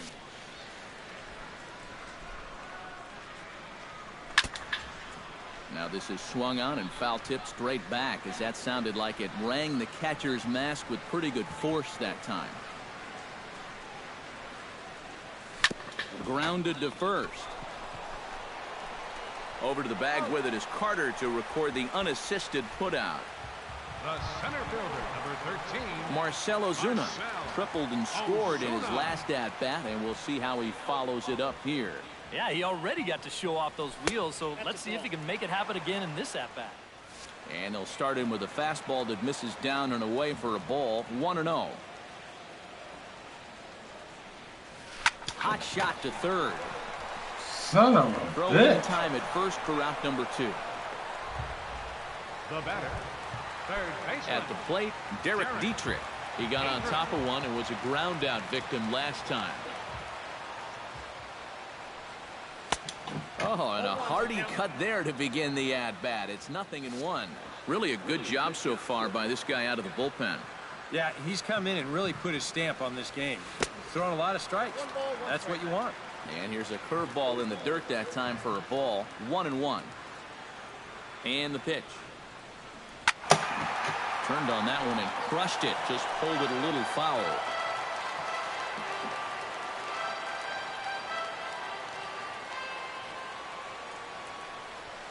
And he'll lay off the curveball that's in the dirt that time, and it's back to even now at 2-2. Strike 3 called, and the inning is over. 1, 2, 3 go the Marlins, but they lead it. Always a party in Miami Beach, not too far from us here at Marlins Park, set to begin the 9th inning in this one. A.J. Ramos is on now to try to close things down here in the 9th. Striding in to start the 9th, Domingo Santana, and they'll need him to get something going here. And so far in this ballgame, he hasn't even been on base yet, so we'll see if he can make an adjustment here. Here's a late swing and a miss, strike 2. Boy, no messing around here in this 9th inning. And that's a closer's mentality. They're not usually the best at setting guys up. They're going to come right at you with their best pitch, and that's usually a fastball. Fly ball out toward left center field. And not the start they were hoping for, as the leadoff man is kept off base to start the 9th. Third baseman Aaron Hill will stand in, needing to do something here to get on base as they're down to their final 2 outs. Good slider there, and he gets ahead of him 0-1. Grounder down the line at third. Oh, a diving stop in time. Wow, made it look easy. Now batting. Jonathan Villar makes his way to the plate, needing to make something happen. They're down to their final out in the 9th inning. And that's inside for a ball, 1-0. And he won't bite at that one either. It's 2-0. It looks like he's going to be taken until he gets a strike. Not a bad plan when you're down by 3 in the 9th.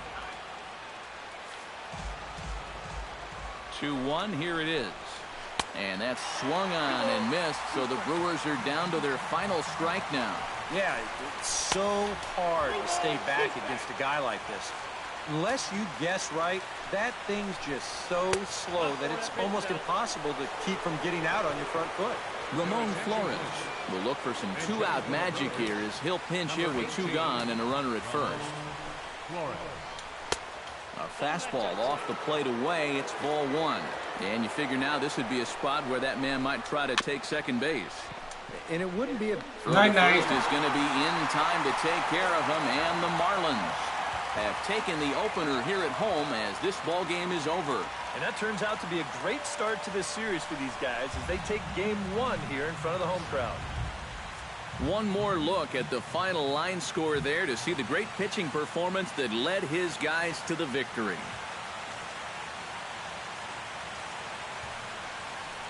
A handful of fine individual performances to choose from in this one, boys, but what do you say we go ahead and let this man take home the hardware? He's our tops player of the game. Yeah, he came through with a couple of hits, but more importantly, that big home run, which really led his guys to this victory. So that just about does it. For EK, Psycho, and the crew, I'm Matt Vasgersian. You've been watching MLB The Show.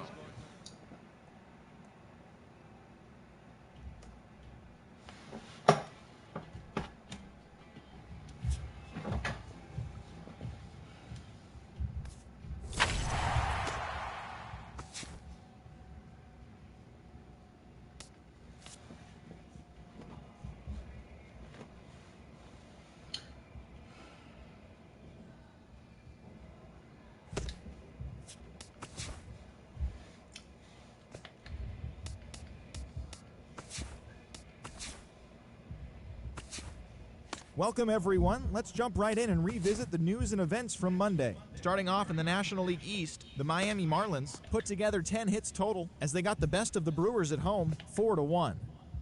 The Washington Nationals got 18 hits as they defeated the visiting Tigers 13-2. The Mets held their opponent to just 2 hits as they pushed past the Dodgers at Chavez Ravine 2-0. Neil Ramirez got win number 1 on the year, leading the Cubs to a win against San Diego 5-4. Jung Ho Gong had a big day offensively, collecting 3 hits and driving in 3 as the Buccos took down the Reds 5-1. His modest hitting streak was also extended to 5 straight games. Christian Bergman collected his first W this season, leading the Rockies to a win against the Diamondbacks 4-3. Jake Peavy got the win and now has one.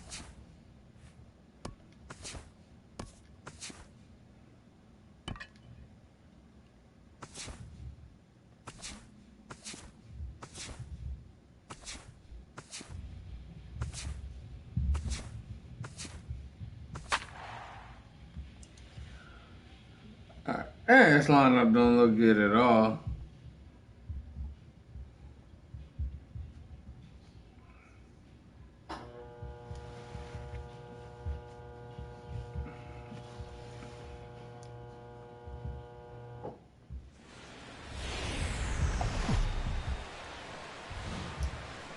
MLB The Show's coverage of Major League Baseball brings us to the great state of Florida and Marlins Park in Miami. Tonight, Game 2 of this 3-game series between the Milwaukee Brewers and the Miami Marlins. It's Marlins baseball, and it's next on the show.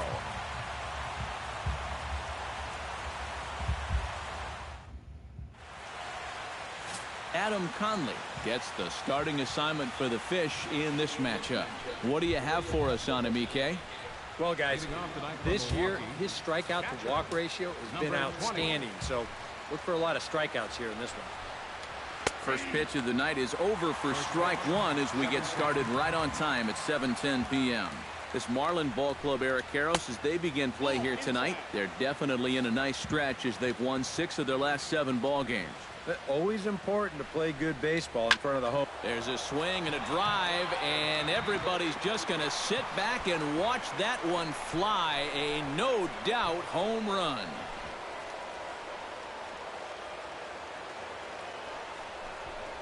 It's a solo shot for Jonathan Lucroy.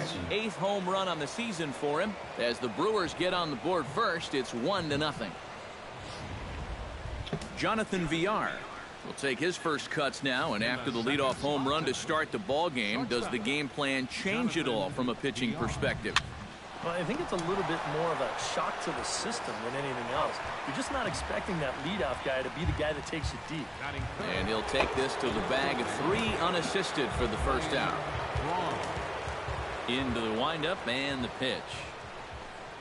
Ryan Braun comes on with 1 away as he looks at a ball. It's 1-0. Into his windup. Here comes the 1-0. Now a fastball for a called strike. It's 1-1. And you know, I think it's going to be important that when guys get their pitches, they take advantage. There it looked like he was taken all the way, and he may not get another pitch that catches that much of the plate. Time to check our umpires in this one. Behind the plate is Freddie Ferguson. Yeah, Ferguson might call a few strikes below the knees from time to time, but he tends to get pretty high praise. He's consistent, and he gets the call right just about every time. Chris Carter will stride in now as he'll enter play as the 2nd leading hitter in the entire National League. Well, right now he's in the prime of his career, so these are the years you'd really expect to see the best of what a guy's going to have to offer. And that's in there as well. 0-2 now. Yeah, he came with a little bit of a different look that time. This pitch is also in there knee high, and now they've got him behind in the count. 0-2. Tried to get him to go after one below the knees, but it's 1-2. On the ground to third. Prado was there. To Gordon for 1. Relay to first in time, and just like that, the side is retired. Around the horn they go. 5-4-3 to end the threat. Back with more here on a Tuesday night after this.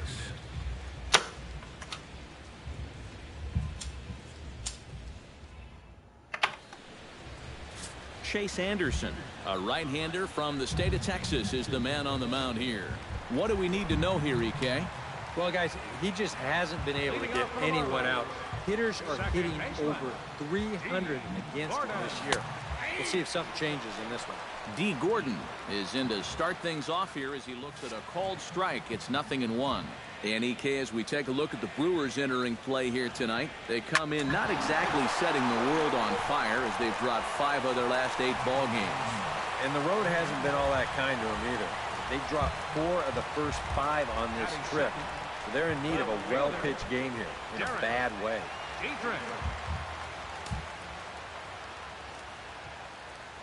First pitch of the at-bat. Derek Dietrich is at the plate here as he quickly finds himself down a strike. It's 0-1. And you know what? These days, so many guys are throwing in the high 90s. It makes those mid to low 90s guys look easy. But I'll tell you what, if he mixes his pitches well, it can still be plenty fast to have to deal with. Pitch too high, and that's over the catcher's head. And he'll make it in easily at second, as I'd imagine that'll be scored a passed ball. He's set, and the 2-1 pitch. To 2-2 now.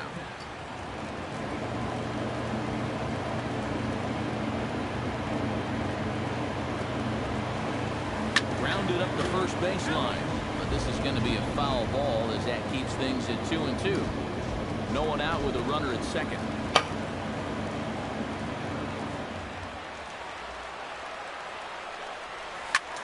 Hops this one up just beyond the infield on the right side.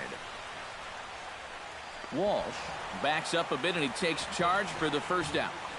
Time now for a glance at the Marlins lineup card in this one. Who do you have your eye on, EK? Well, I really like what Justin Bourne does for this team. He's having a really nice season with the bat, sporting a slugging percentage over 500, so there's a good chance he'll have some sort of impact offensively in this one. Ichiro Suzuki is in with one away now as he swings and misses here at strike one. High fly ball out to straightaway center. Presley is there now, and he has it, two gone.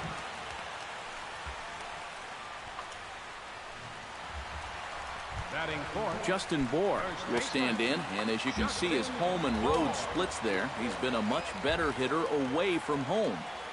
Here's the first pitch to him. First pitch fastball off the plate there, and it's ball one.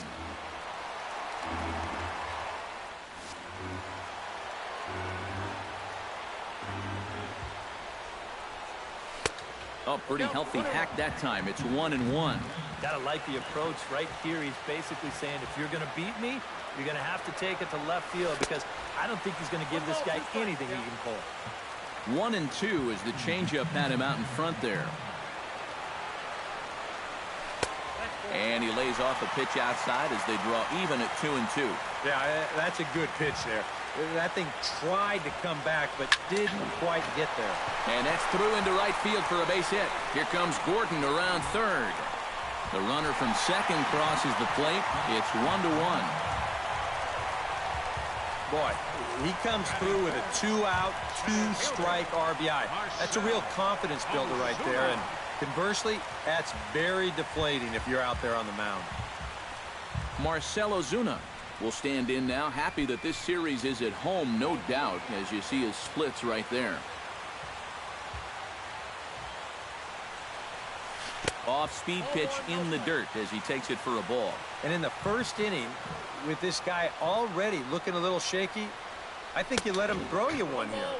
He hasn't proven to me that he can find the strike zone yet.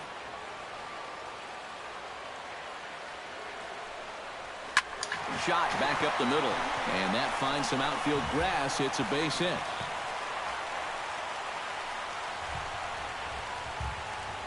Boy, I'll tell you, these are the scary ones for a pitcher.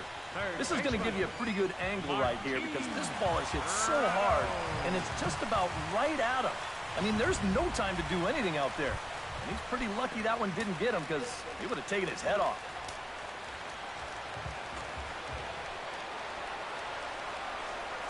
Pitch is way outside, and he can't even get a glove on it. And he's going to make it up to third here as he advances on the wild pitch.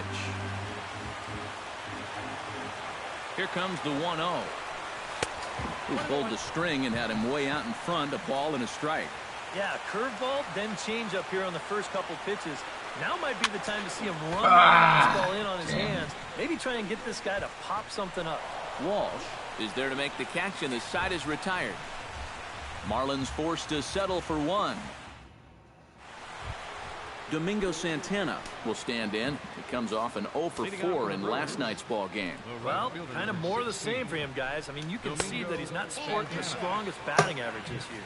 And that one's in on the hands to start the inning. It's ball one. And he won't bite at that one either. It's 2-0.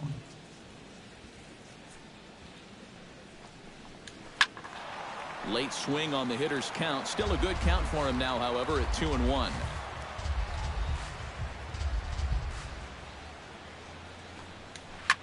And this ball's hit sharply toward the first base coaching box. It's a foul ball.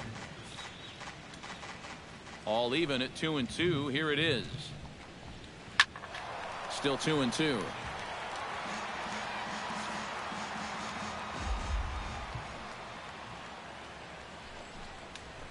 Smoke toward the hole. He lays out, but he can't make the play, and it's through into right. Now to the plate, Alex Presley, as he'll get his first opportunity in this one. He's ready. Here's the first offering. You'll start him here with a changeup, but it's taken for ball one. I think that's consistent with how the strike zone gets called nowadays. That's a strike in the rule book, but most umpires won't give you that pitch anymore.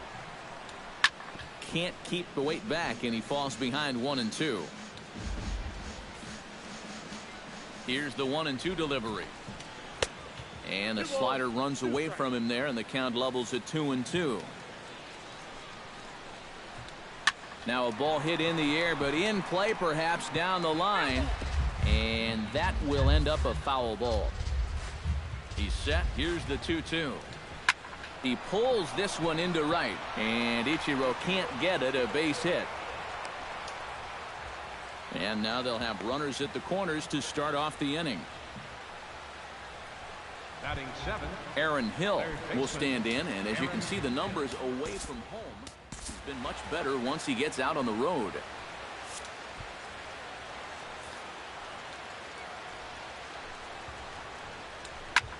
Here's a swing and a high pop-up, drifting toward the third base dugout and taken in out there for the first out. And with that, let's give you a look at the Miami D. It's brought to us by Majestic. Eric, what do we need to know? Well, guys, this defense is rock solid up the middle. They've got a Gold Glover at second base who is athletic, agile, and has range second to none. And he lays off for ball 1.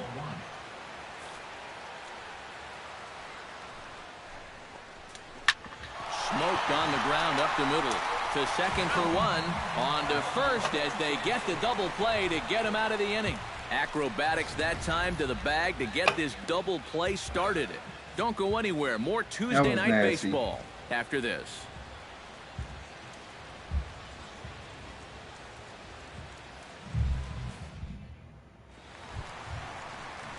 Jeff Mathis will stand in, getting the start here despite being out of the lineup last night. That was nasty.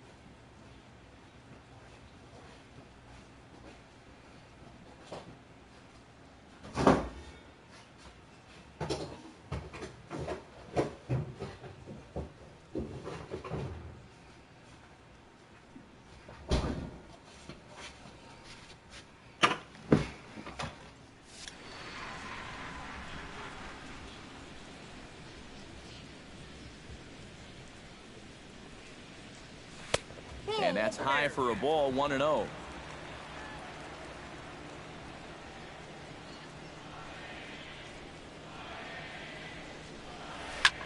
Swing, and he pops him up over toward foul territory. And he's set down, 1 away. Here's a spot where he's probably looking for something hard again, but instead they change up on him, get him out in front a little, and all he can do is pop it straight up. First offering on its way. Miguel Rojas comes on with 1 gone here as he looks at a called strike 1. And you know, you get stuck sometimes being that number 8 hitter, trying to work the count and trying to buy a little extra time for your pitcher. Now, that's a pitch right down the middle that maybe a number 4 hitter jumps all over. Adam Conley. At the plate, Adam Conley.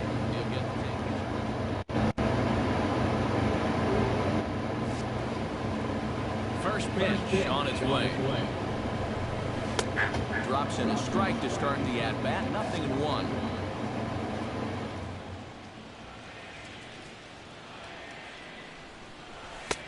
Oh, and he's really getting the better of him now. It's strike 2.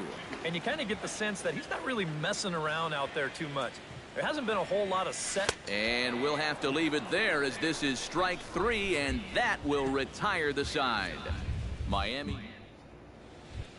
Chase Anderson set to lead off the third. 9-1-2 due up. Well, you know it's always a tough inning when your pitcher leads off for you because most of the time the guys just flat out can't hit. But who knows? Maybe he can get something started here and help himself out. 1-0 count. Here it is. Oh, and he had him guessing there, and it's a ball and a strike.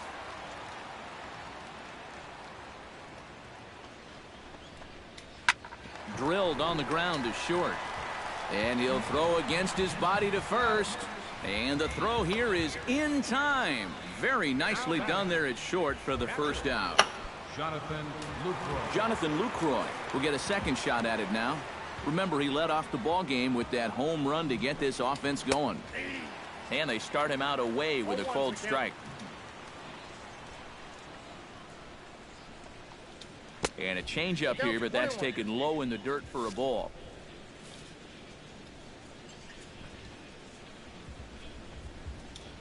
Hit hard down the line, but this will get foul. It's a ball and 2 strikes. The 1-2 pitch. Did a good job to shorten up and protect the plate, and he'll have another shot at it here. Yo, if anybody's watching, send me a message. No dice, it's 2-2.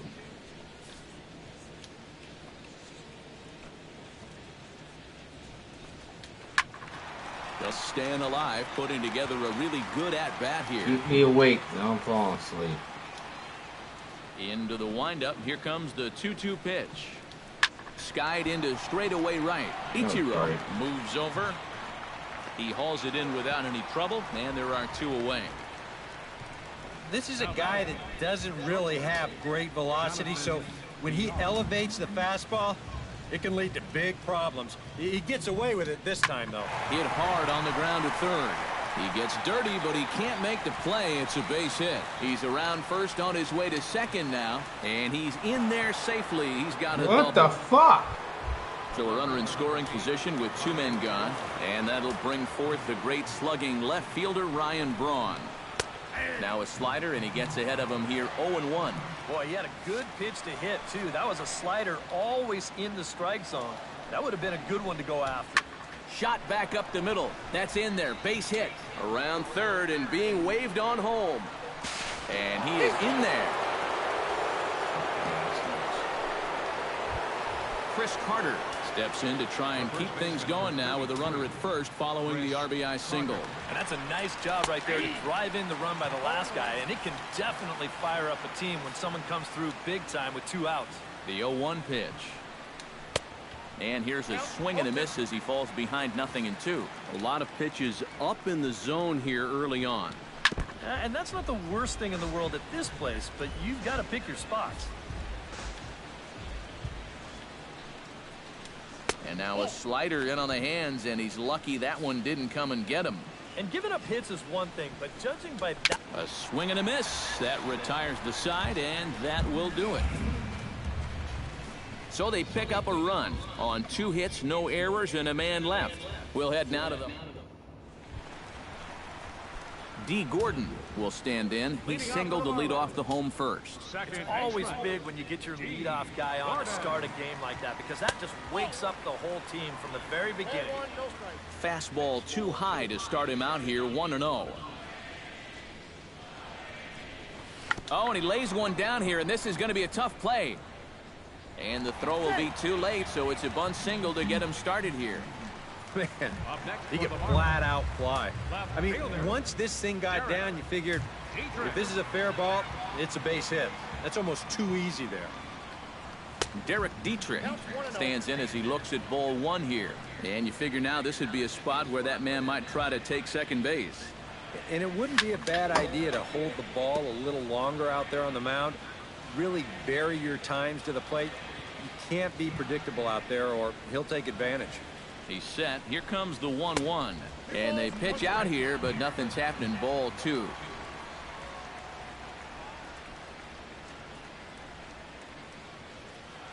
The 2-1 on its way. Easy there, big fella. 2-2. Wow, what a good time to take something off of that pitch. And they had him fooled pretty good on that one. Hit high and deep to straightaway right field. Santana ranging back. He got him. He got him. He fucking got him. A two-run blast to straightaway right field as the Marlins move out in front now, 3-2.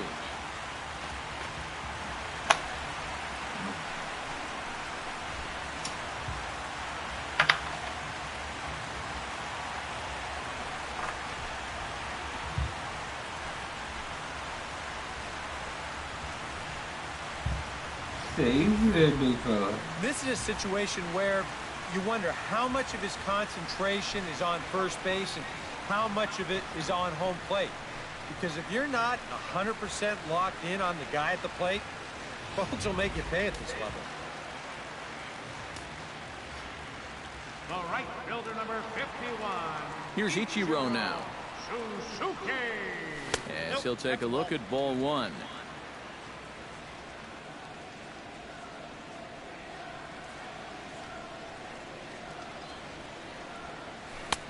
Waved at and missed as he took something off there. 1-1. Yeah, it's so hard to stay back against a guy like this. Unless you guess right, that thing's just so slow that it's almost impossible to keep from getting out on your front foot. Santana is there, one away. First baseman. Digging in to try it again, Justin Bohr. He came through with an RBI single in his last at-bat. Ready with the first pitch. Here it comes. Ooh, started him with the change, and it's 0-1. That is the hardest first pitch to look for because you just can't wait long enough. Not only is it a hard pitch to hit, but it sets up everything else you have. The windup and the 0-2 pitch. And he'll try and tempt him with one in the dirt, but he'll hold back here. It's 1-2.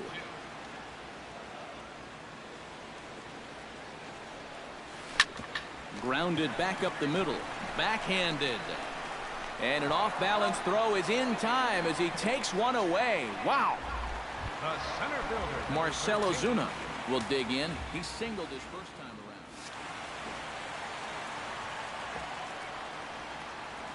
around. Ready to deliver. Here's the first pitch. A little tardy there. No balls and a strike. Yeah, sometimes you give a power hitter like this a fastball at eye level and he just can't help himself. Swing and a ball chopped foul right at home plate. Into the windup. Here comes the 0-2 pitch. 0-2 is a fastball that misses inside. 1-2 now. All right, so he sort of wasted one up right there. Now I think we'll see a breaking ball down in the zone, trying to get him to swing and miss. Now a swing, and the barrel of the bat breaks in two that time. Foul.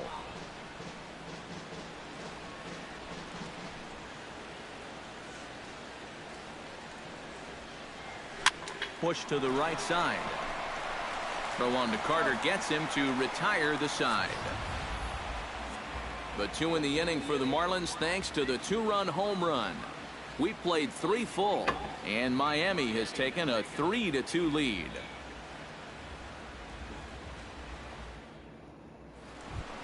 Domingo Santana is ready here as we begin the top of the 4th. And right here is an important time for them to climb back into this one. They definitely want to even this one up sooner rather than later.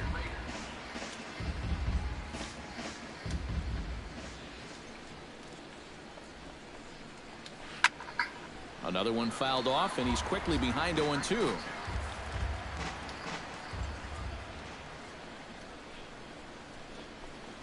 And this is swung on and missed, and this 4th inning will start the same way he ended the 3rd with a strikeout, and there's one away. That's just the old high hard one right there, up and out of the zone. You know, those always seem to look good coming right in there at eye level, but it's so hard to get on top of. Stepping in now, Alex Presley. As the first pitch to him is off the plate for a ball, 1-0. Changes up on him, but that's in the dirt for a ball. This is a good approach when you're facing a pitcher you're not too familiar with. Take a look at a few and see what he's got. God, now he killed that. Hit in the air to straightaway right field. This ball's got plenty of carry to it, and it is out of here.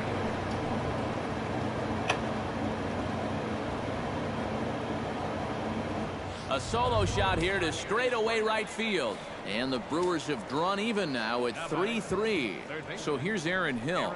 As he'll take a look at a pitch too low. It's ball 1.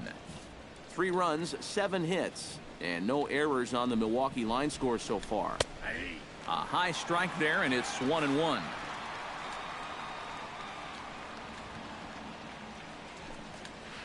On the ground to the left side. Prado's up with it. On to first, and Hill is a ground out victim. 2 away now. Yeah, on a slow chopper like that, that is the third baseman's ball if he can get to it. He's got the momentum going the right way towards first base, so he'll just cut right in front of the shortstop and make that play to first. Into the box, Colin Walsh, as he will take strike 1 on the fastball here. No balls and a strike. Gets on top of one here and chops it foul right at home plate.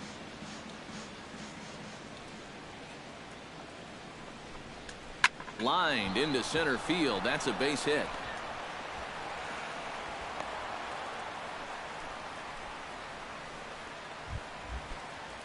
Striding into the box, Chase Anderson. He got on top of one and was a ground out victim last time. Swing and a miss at a first pitch changeup. 0-1. Off the plate, 1 ball, 1 strike.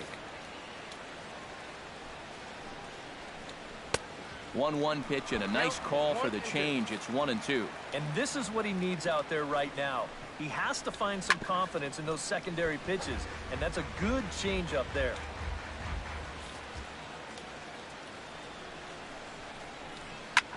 And here's a ball lifted high into foul ground down the right field line. But this is going to wind up a foul ball. Set to deal on a ball and 2 strikes. Off the plate that time and a little high. It's even at 2-2. Ooh, there's a tough one to take right there on a 1-2 pitch, especially after fighting off so many pitches leading up to that one. Ichiro has a play. He makes the play, and that'll end the inning. But the Brewers tie things up thanks to this solo home run. Bottom of the Martin Prado is set to lead us off in the home half of the 4th inning. First pitch of the at-bat on its way. And, looked inside, but that's ruled a strike. 0-1. Tonight, borderline calls, you got to be swinging. Not able to hold on there as he swings through a pitch in the dirt, and it doesn't look good for him now. Down 0-2. I think he's still a little hacked off from that previous pitch getting called a